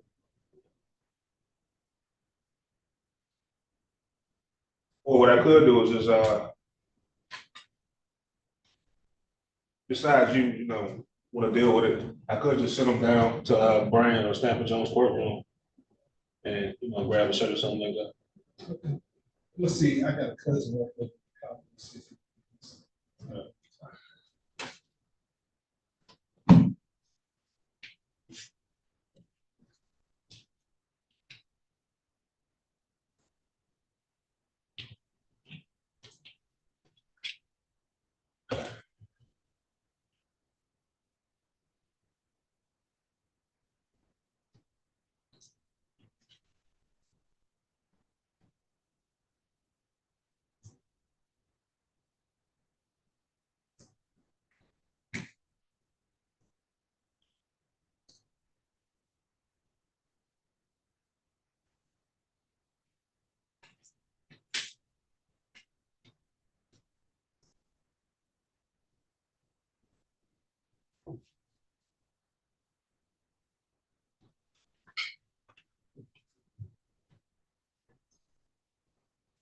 Is that any word on her?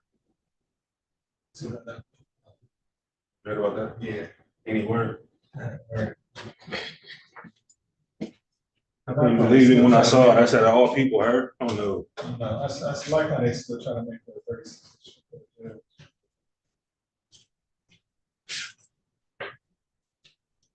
She been gone for how long? 5 years.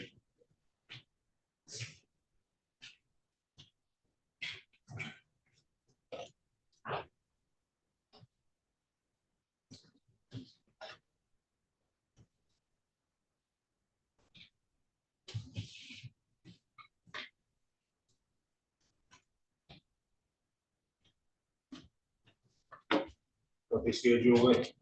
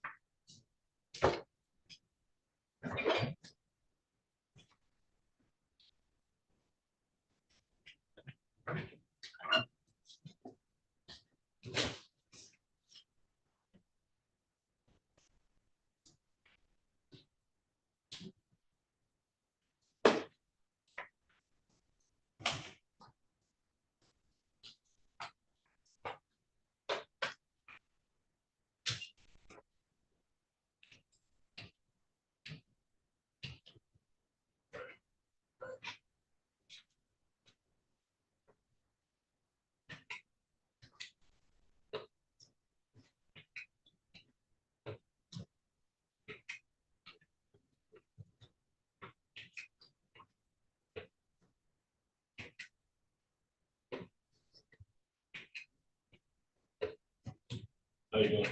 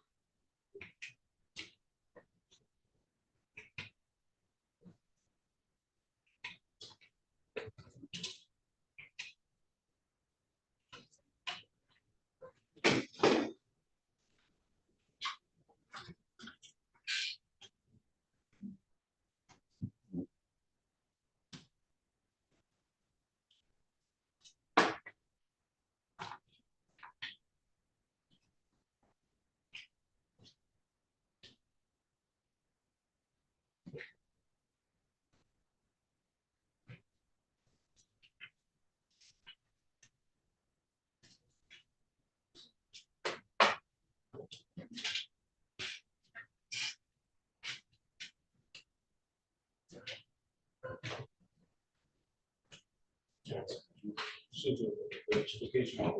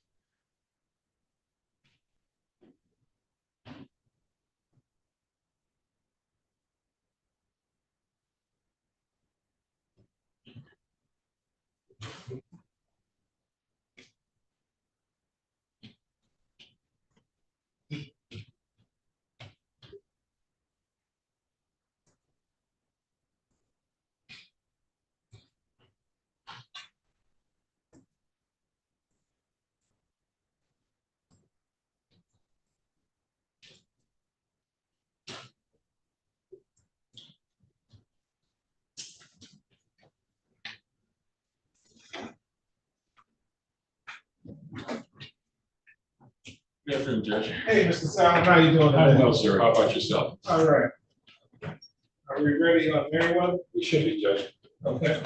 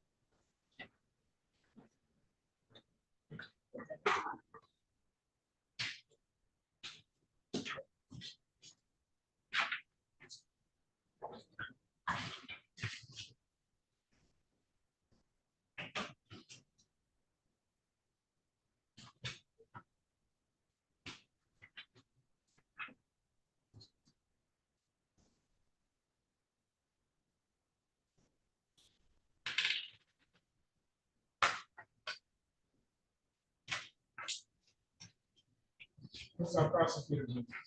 It's hard to witness.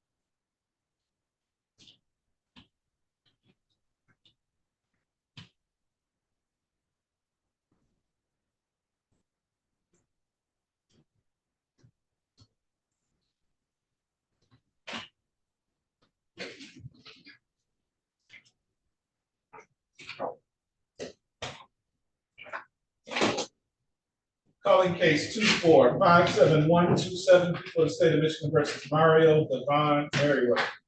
Defendant is charged in count 1 armed robbery, count 2 assault with a dangerous weapon, count 3 felony firearm, count 4 domestic violence. Appearances for the record, please. Good afternoon, Your Honor. Shelley Drain for the people, P number 60249.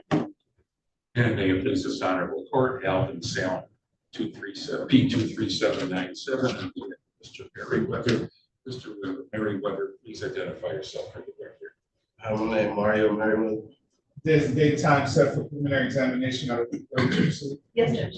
How many witnesses? Just one. Any preliminary matters? No, Judge. Call your witness. As for a mutual sequestration order, I don't know who the people in the court will I think we have some G-terms from the court here.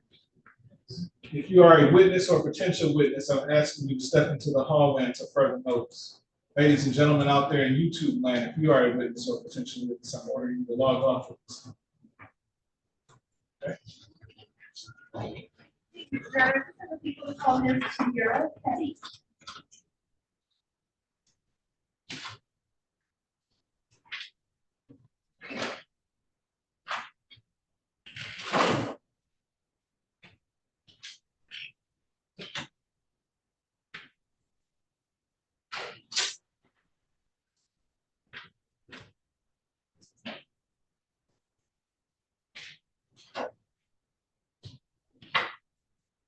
And please step forward, give your name and spelling to the young lady seated there.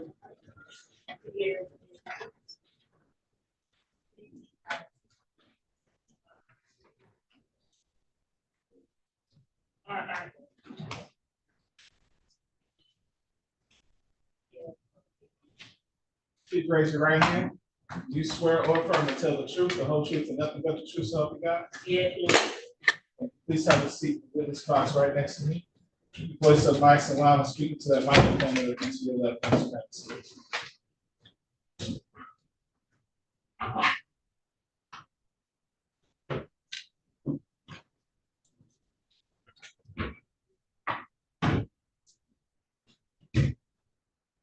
Maybe begin when you're ready. Thank you. Good morning. Please state your name one more time for the record. All right, Ms. Patty, I'm going to be asking you some questions today. If you don't understand something or if you want me to repeat it, please let me know, okay? Okay. Thank you. All right, Ms. Patty, I want to bring your attention back to the date of March 26th of this year, 2024. Do you remember that date? Yeah. Where were you on that date? At home. Where's your home located? 189 Big Four Bedler Street. And is that in the city of Detroit, the county of Wayne? Yeah. Thank you. Were you there alone or with anyone else? It was me, him, my fourth kid, and his one cousin. Okay, and when you are saying he, him, who are you referring to? Mario Merriweather. Okay, and what is your relationship with Mr. Merriweather? We share a 9-month-old baby together. Okay, thank you. Now, for identification purposes, do you see Mario Merriweather in the courtroom here today? Yeah. Could you indicate where he is, what he's wearing today? He's sitting to the right across with a blue button. All right, thank you. Your Honor, please let this record reflect that this witness has identified the defendant, Mario Merriweather. So no. Thank you. All right, and what happened, if anything, on that day? Well, let me first ask you, was there anyone else in the house other than Mr. Merriweather and children? No. All right, and what happened on that day between yourself and Mr. Merriweather? Okay, we woke up that morning. I asked him, did he still want me to call my cousin to ask, did he still want me to go to the game in the time? He said no, but I still called my cousin and asked him. My cousin came and took me.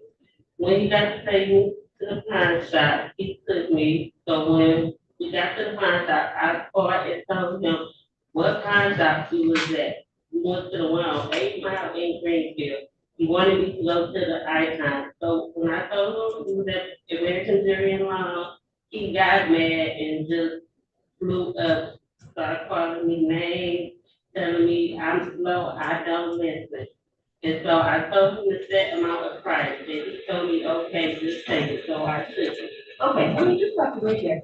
So you went to a pawn shop for Mr. Merriweather? Yeah. Okay. So then he ended up being upset about the place that you went to? Yes, the price amount. I didn't go to the one he wanted me to go to, because they was gonna give him a little more money than what the one that actually gave. Okay. Had you already sold the item or? No, I called him when I got in the contract, told him what the amount was, and he said, okay, they just take it. And then when he called me, he was like, where you at? I had to drive my son to stop at the grocery store, and he was telling me I need to hurry up and come back. I don't never miss it. I was just supposed to go pine the game and come right back home. I'm always doing extra. When I got back home, I rang the doorbell, she grabbed me in the house, by my shirt. Okay, let's stop just for a second here. So was your cousin driving the car? Yeah. Okay, so then your cousin pulled up at your house, is that right? Yeah. Okay, did your cousin come in the house also? Yeah. Okay, he just dropped you off? Yeah, and I was running there, he opened the door, let me in, grabbed me in the house by my shirt, took some off me. Okay, you're saying Meriwether grabbed you by your shirt? Yeah, like when I run the doorbell, he opened the door and he grabbed me in by my sweater, ripped my whole sweater up. He ripped your whole sweater up? Yeah. Okay, and what was his demeanor like? He was angry, mad.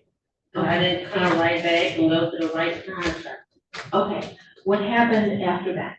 He went out, when he let me in, after he grabbed the woman, he went outside, pointing his gun in the air, talking about where that nigga at. I got some for him, and I asked him, what are you doing all this for? All I did was go to the contract, I asked him. Okay. When he came back in the house, he got fired. Okay, let me stop you right there. So you said that, after he pulled you inside, and he went outside and held the gun up in the air? Yeah. Okay, and what, did you see this gun? I think when he went outside and we had, pulled his hands up there, came back in the house. Okay, so what did he do with the gun? He went to put it down and we started fighting, and then that's when he told me to come to the room, we needed to talk.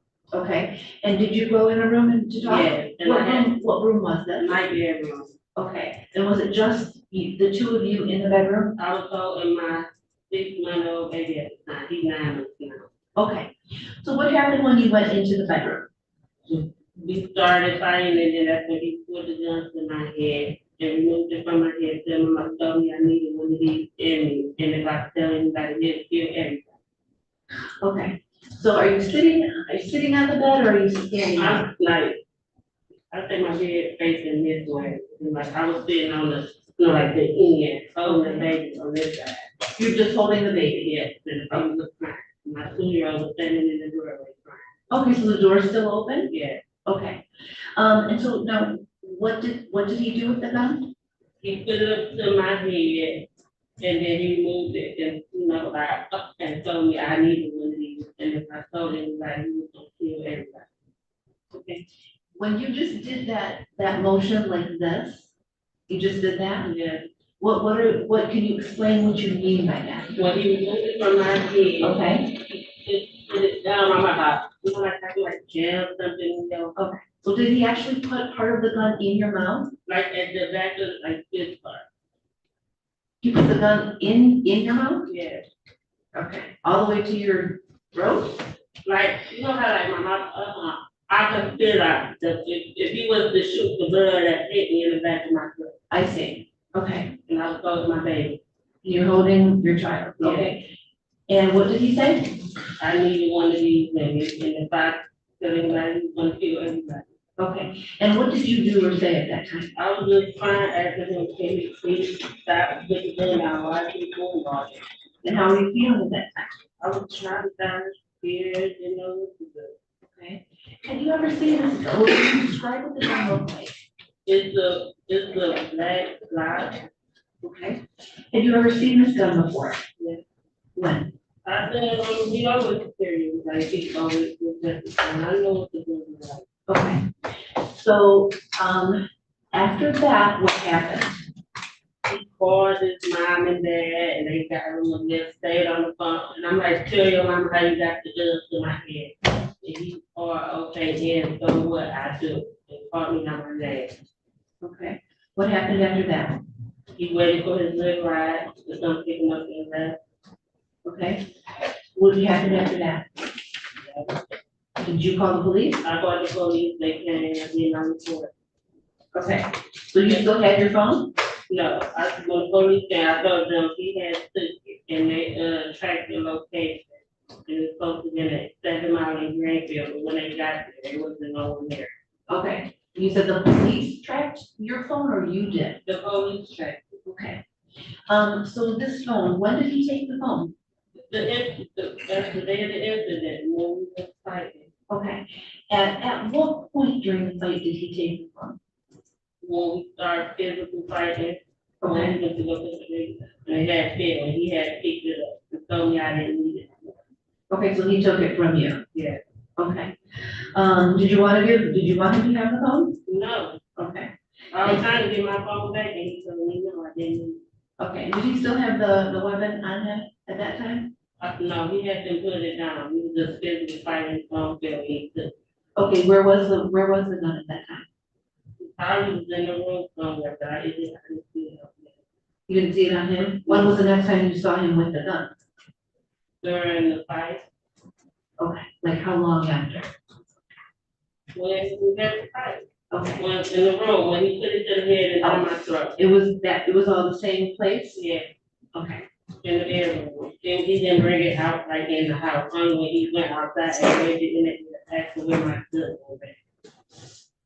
Okay, and you had seen, so before he,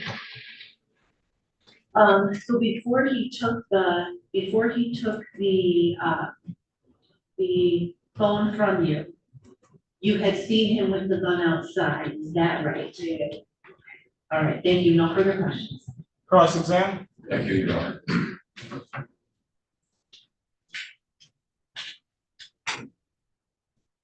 Good afternoon, Ms. Johnson. Good afternoon. So, when you indicated that you were fighting, I saw you lifted both your fists up, is that correct? Yeah. So you were exchanging blows you were fighting and also exchanging blows, with Mario, is that correct? Yes, that he was off me. Okay, so both of you were punching each other, is that? Fighting. Fighting? Yeah.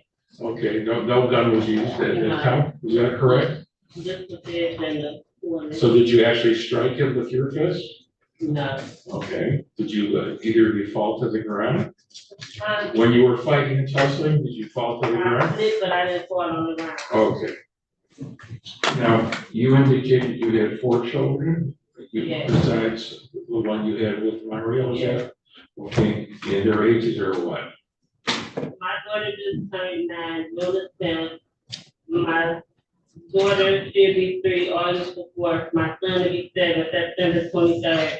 And our child will be 1 in September. Okay, other than, were any of the other children, other than the baby, the 6 or 9-month-old baby, were they present in the house? Yes, I was holding my son and he was crying. And my Oh, no, two-year-old listen to my question. Were any of the other children in the house during any of this incident? Yeah, Like, who was in the house? my kids and his son. No, who was in the house? Give me their names. Armani, Anthony, Elijah, Tristan, and Bray. Okay. Do you know whether any police officers or anyone from Child Protective Services talked to any of your children regarding this incident? They came out the next day, Who's they? CPA. They didn't talk to no one, they just asked me what was going on, because they got a call for domestic violence. Okay, and they came out and they talked to you about the incident, is that correct? Yeah. Okay, and do you recall whether they spoke to the children also? She didn't speak to the children, she just did a walkthrough through my house. Okay. Now, you indicated that someone had picked you up and drove you, is that correct? Yeah. That was your cousin? Yeah. And who was that? His name is Leon, he's deceased now. What was his last name? I'm sorry, what's his last name? Thomas? Yeah. Okay. At any point in time when you were outside claiming that Mario had a gun, did you see any neighbors or anyone else outside other than Dion? No. So there were no witnesses to your allegations? No. So you indicated that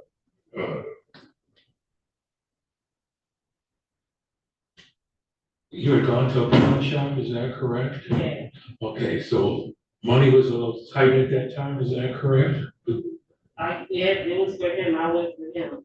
Well, you were going to get money for, to get buy diapers, isn't that correct? No, Okay, well, the pawn shop, Mario gave his Game Boy to you, is that correct? yeah, he's an Xbox. An Xbox, okay.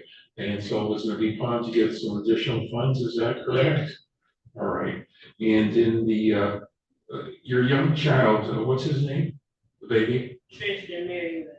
Okay, Christian or Tristan? Tristan with a T.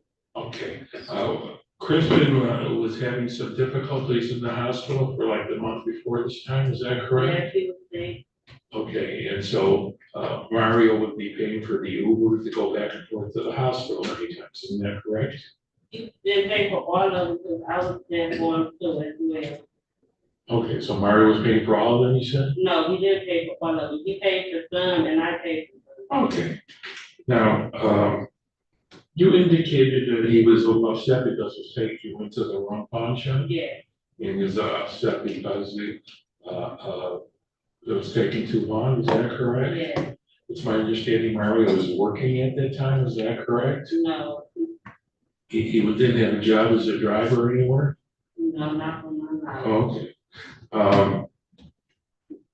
So you indicated that he was upset and he said you're slow, is that correct? Yeah, Well, can you tell us any idea that you have why he would be calling you slow? because he said I didn't follow simple directions. He wanted me to go to the icon on 8 Mile and Last, but my cousin didn't take me to that.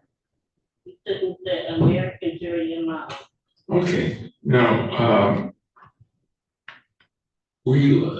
had you taken any kind of medications prescribed No, at that time? no, I don't take medication. Okay, are you under the care of any doctor or psychiatrist at this time? No, Have you ever been? no,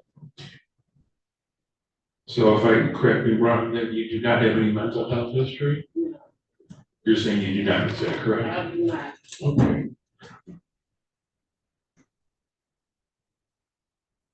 Now, with respect to the iPhone, where was that purchased from? The Verizon store on Woodward. Okay, did Mario purchase that? No, he took me to get it, and I only had to pay $50 down. Okay, and how was that paid? Cash. You were the person that paid the cash? Okay. I have no further questions, Judge. You need redirect? Yes. Thank you, ma'am. You may step down.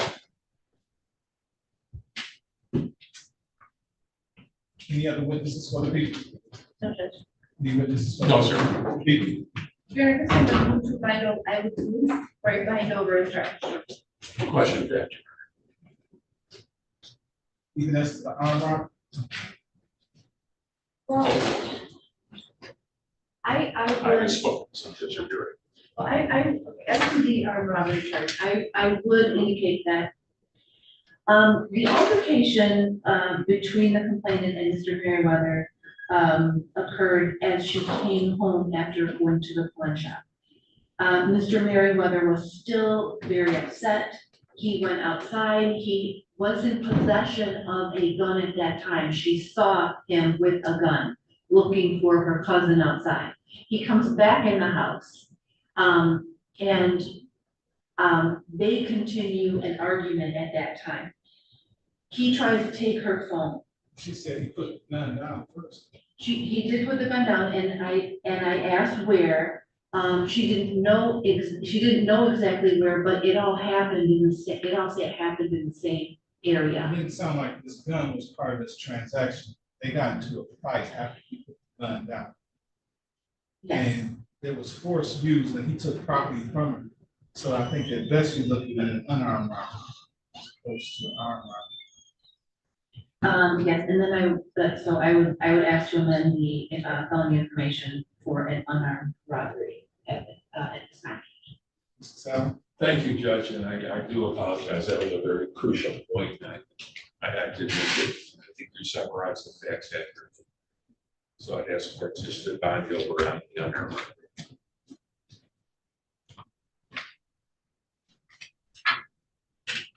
Okay, so court after hearing the testimony of Ms. Petty is satisfied that people have met their burden of probable cause as it relates to the amended count one unarmed robbery, count two assault with a dangerous weapon, count three felony firearm, which goes to the assault with a dangerous weapon. And the misdemeanor domestic violence charge goes over as well. Court finding those charges were committed in the city of Detroit, the court finding probable cause to believe this defendant committed will bind the defendant over to Wayne County Third Circuit Court Criminal Division for further proceedings. Is arraignment on the information date and time will be July 8, 2024 at 9:00 p.m. Bond will be continued if there's no objection.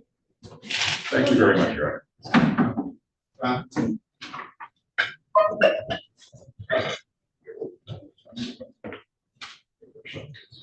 I have unarmed robbery at 750-88.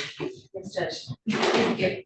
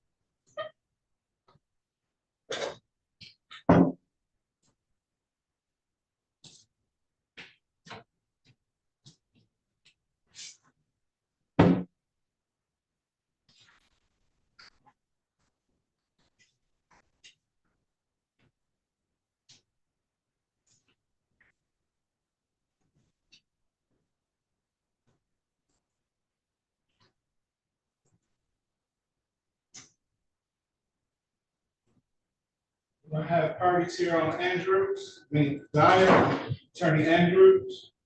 Attorney not here.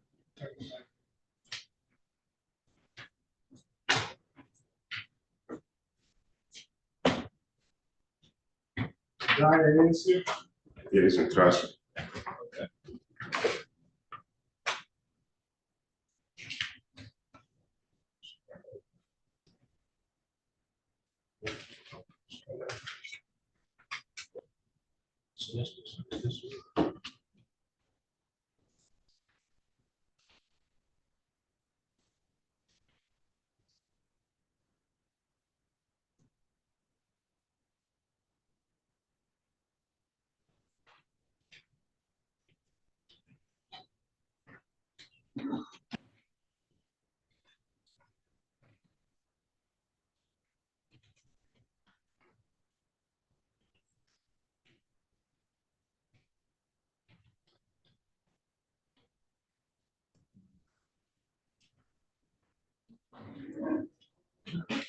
Okay.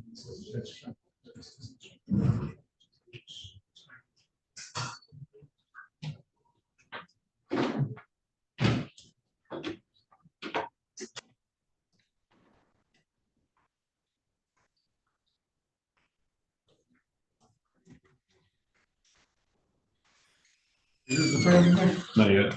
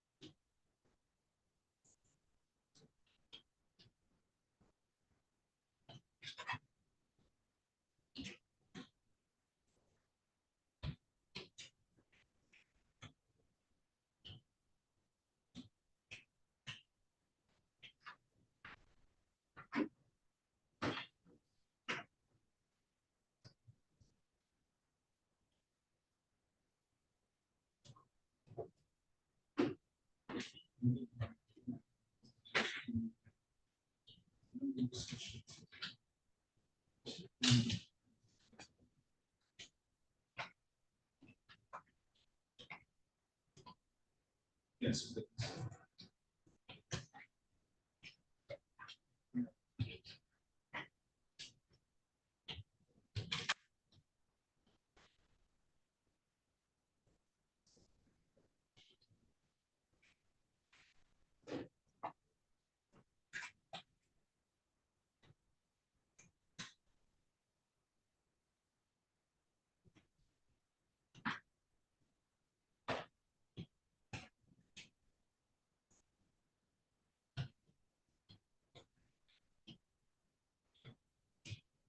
Standards. This is Judge King.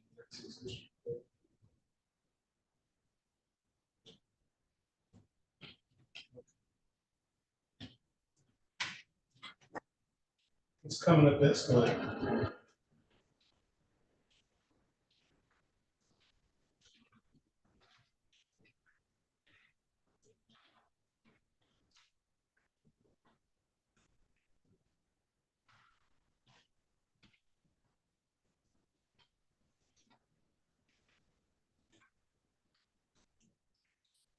There it is.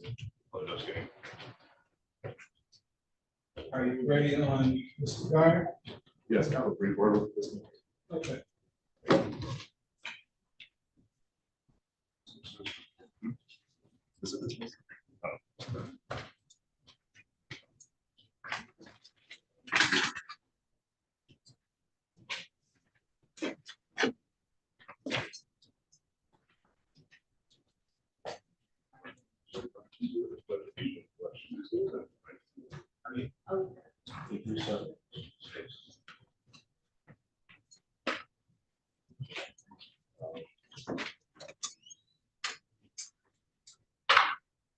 Stand next to your time.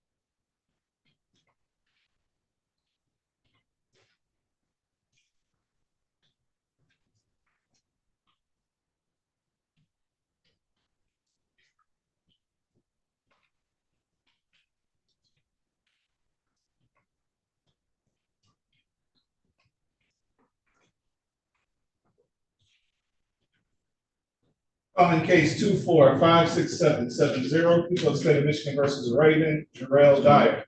Defendant is charged in count 1 home invasion, first degree, count 2 larceny from the person, count 3 domestic violence.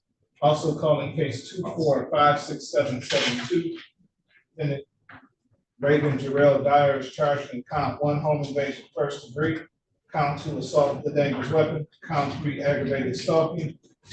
And in case 24-56771, defendant Raven Jarrell Dyer is charged in count 1 home invasion, first degree, count 2 assault with a dangerous weapon, count 3 domestic violence. Appearances for the record, please.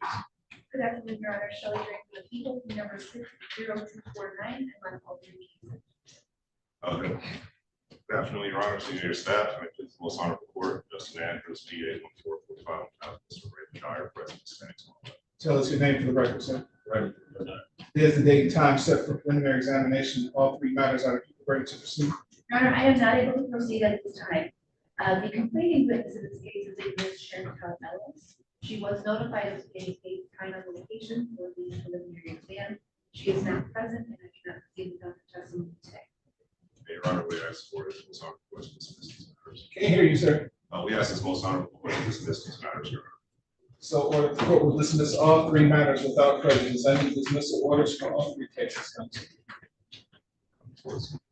Sorry, they're coming for us.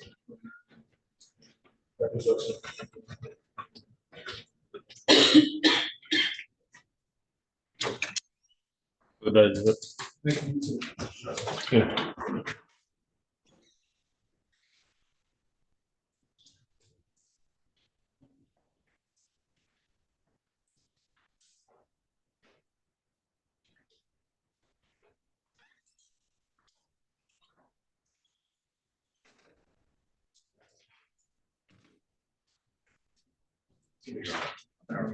Yes, sir.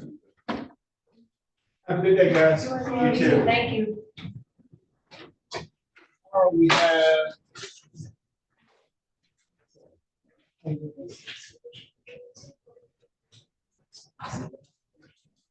Oh, my man, congratulations. All right.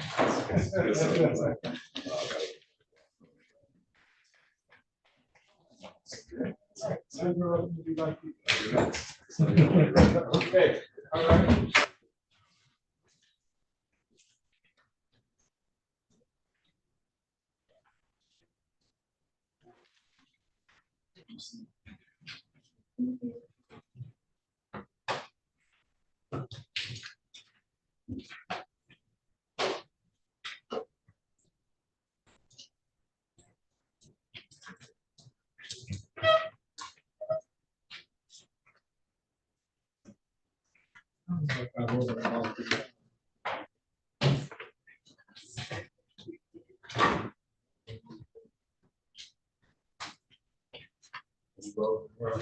So, did not, respond back of then her telling me she wasn't retained on the case. Or what you want to do? Find another attorney. Put it over, put another check.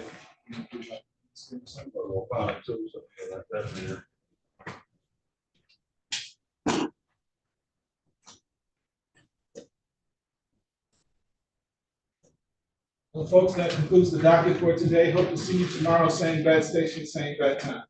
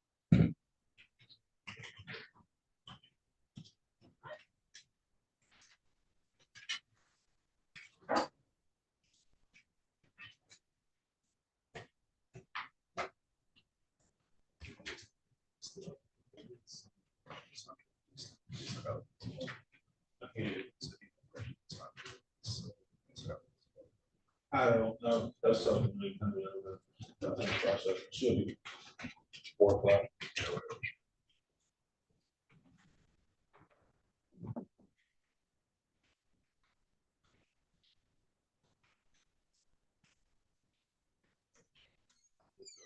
my attorney right quick.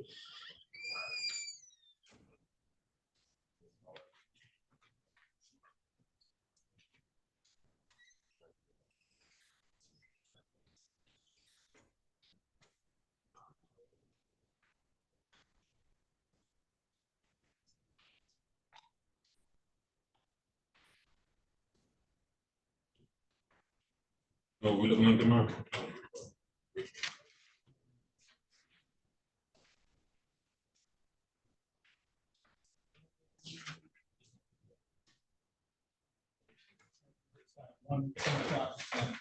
That's it? Might have some PCCs.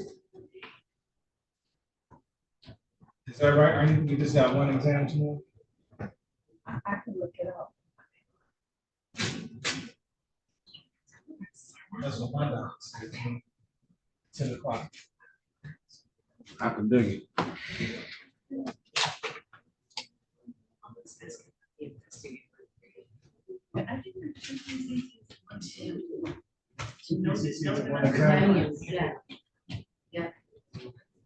What's the exam? Is it a homicide? Homicide. It's homicide, okay, so.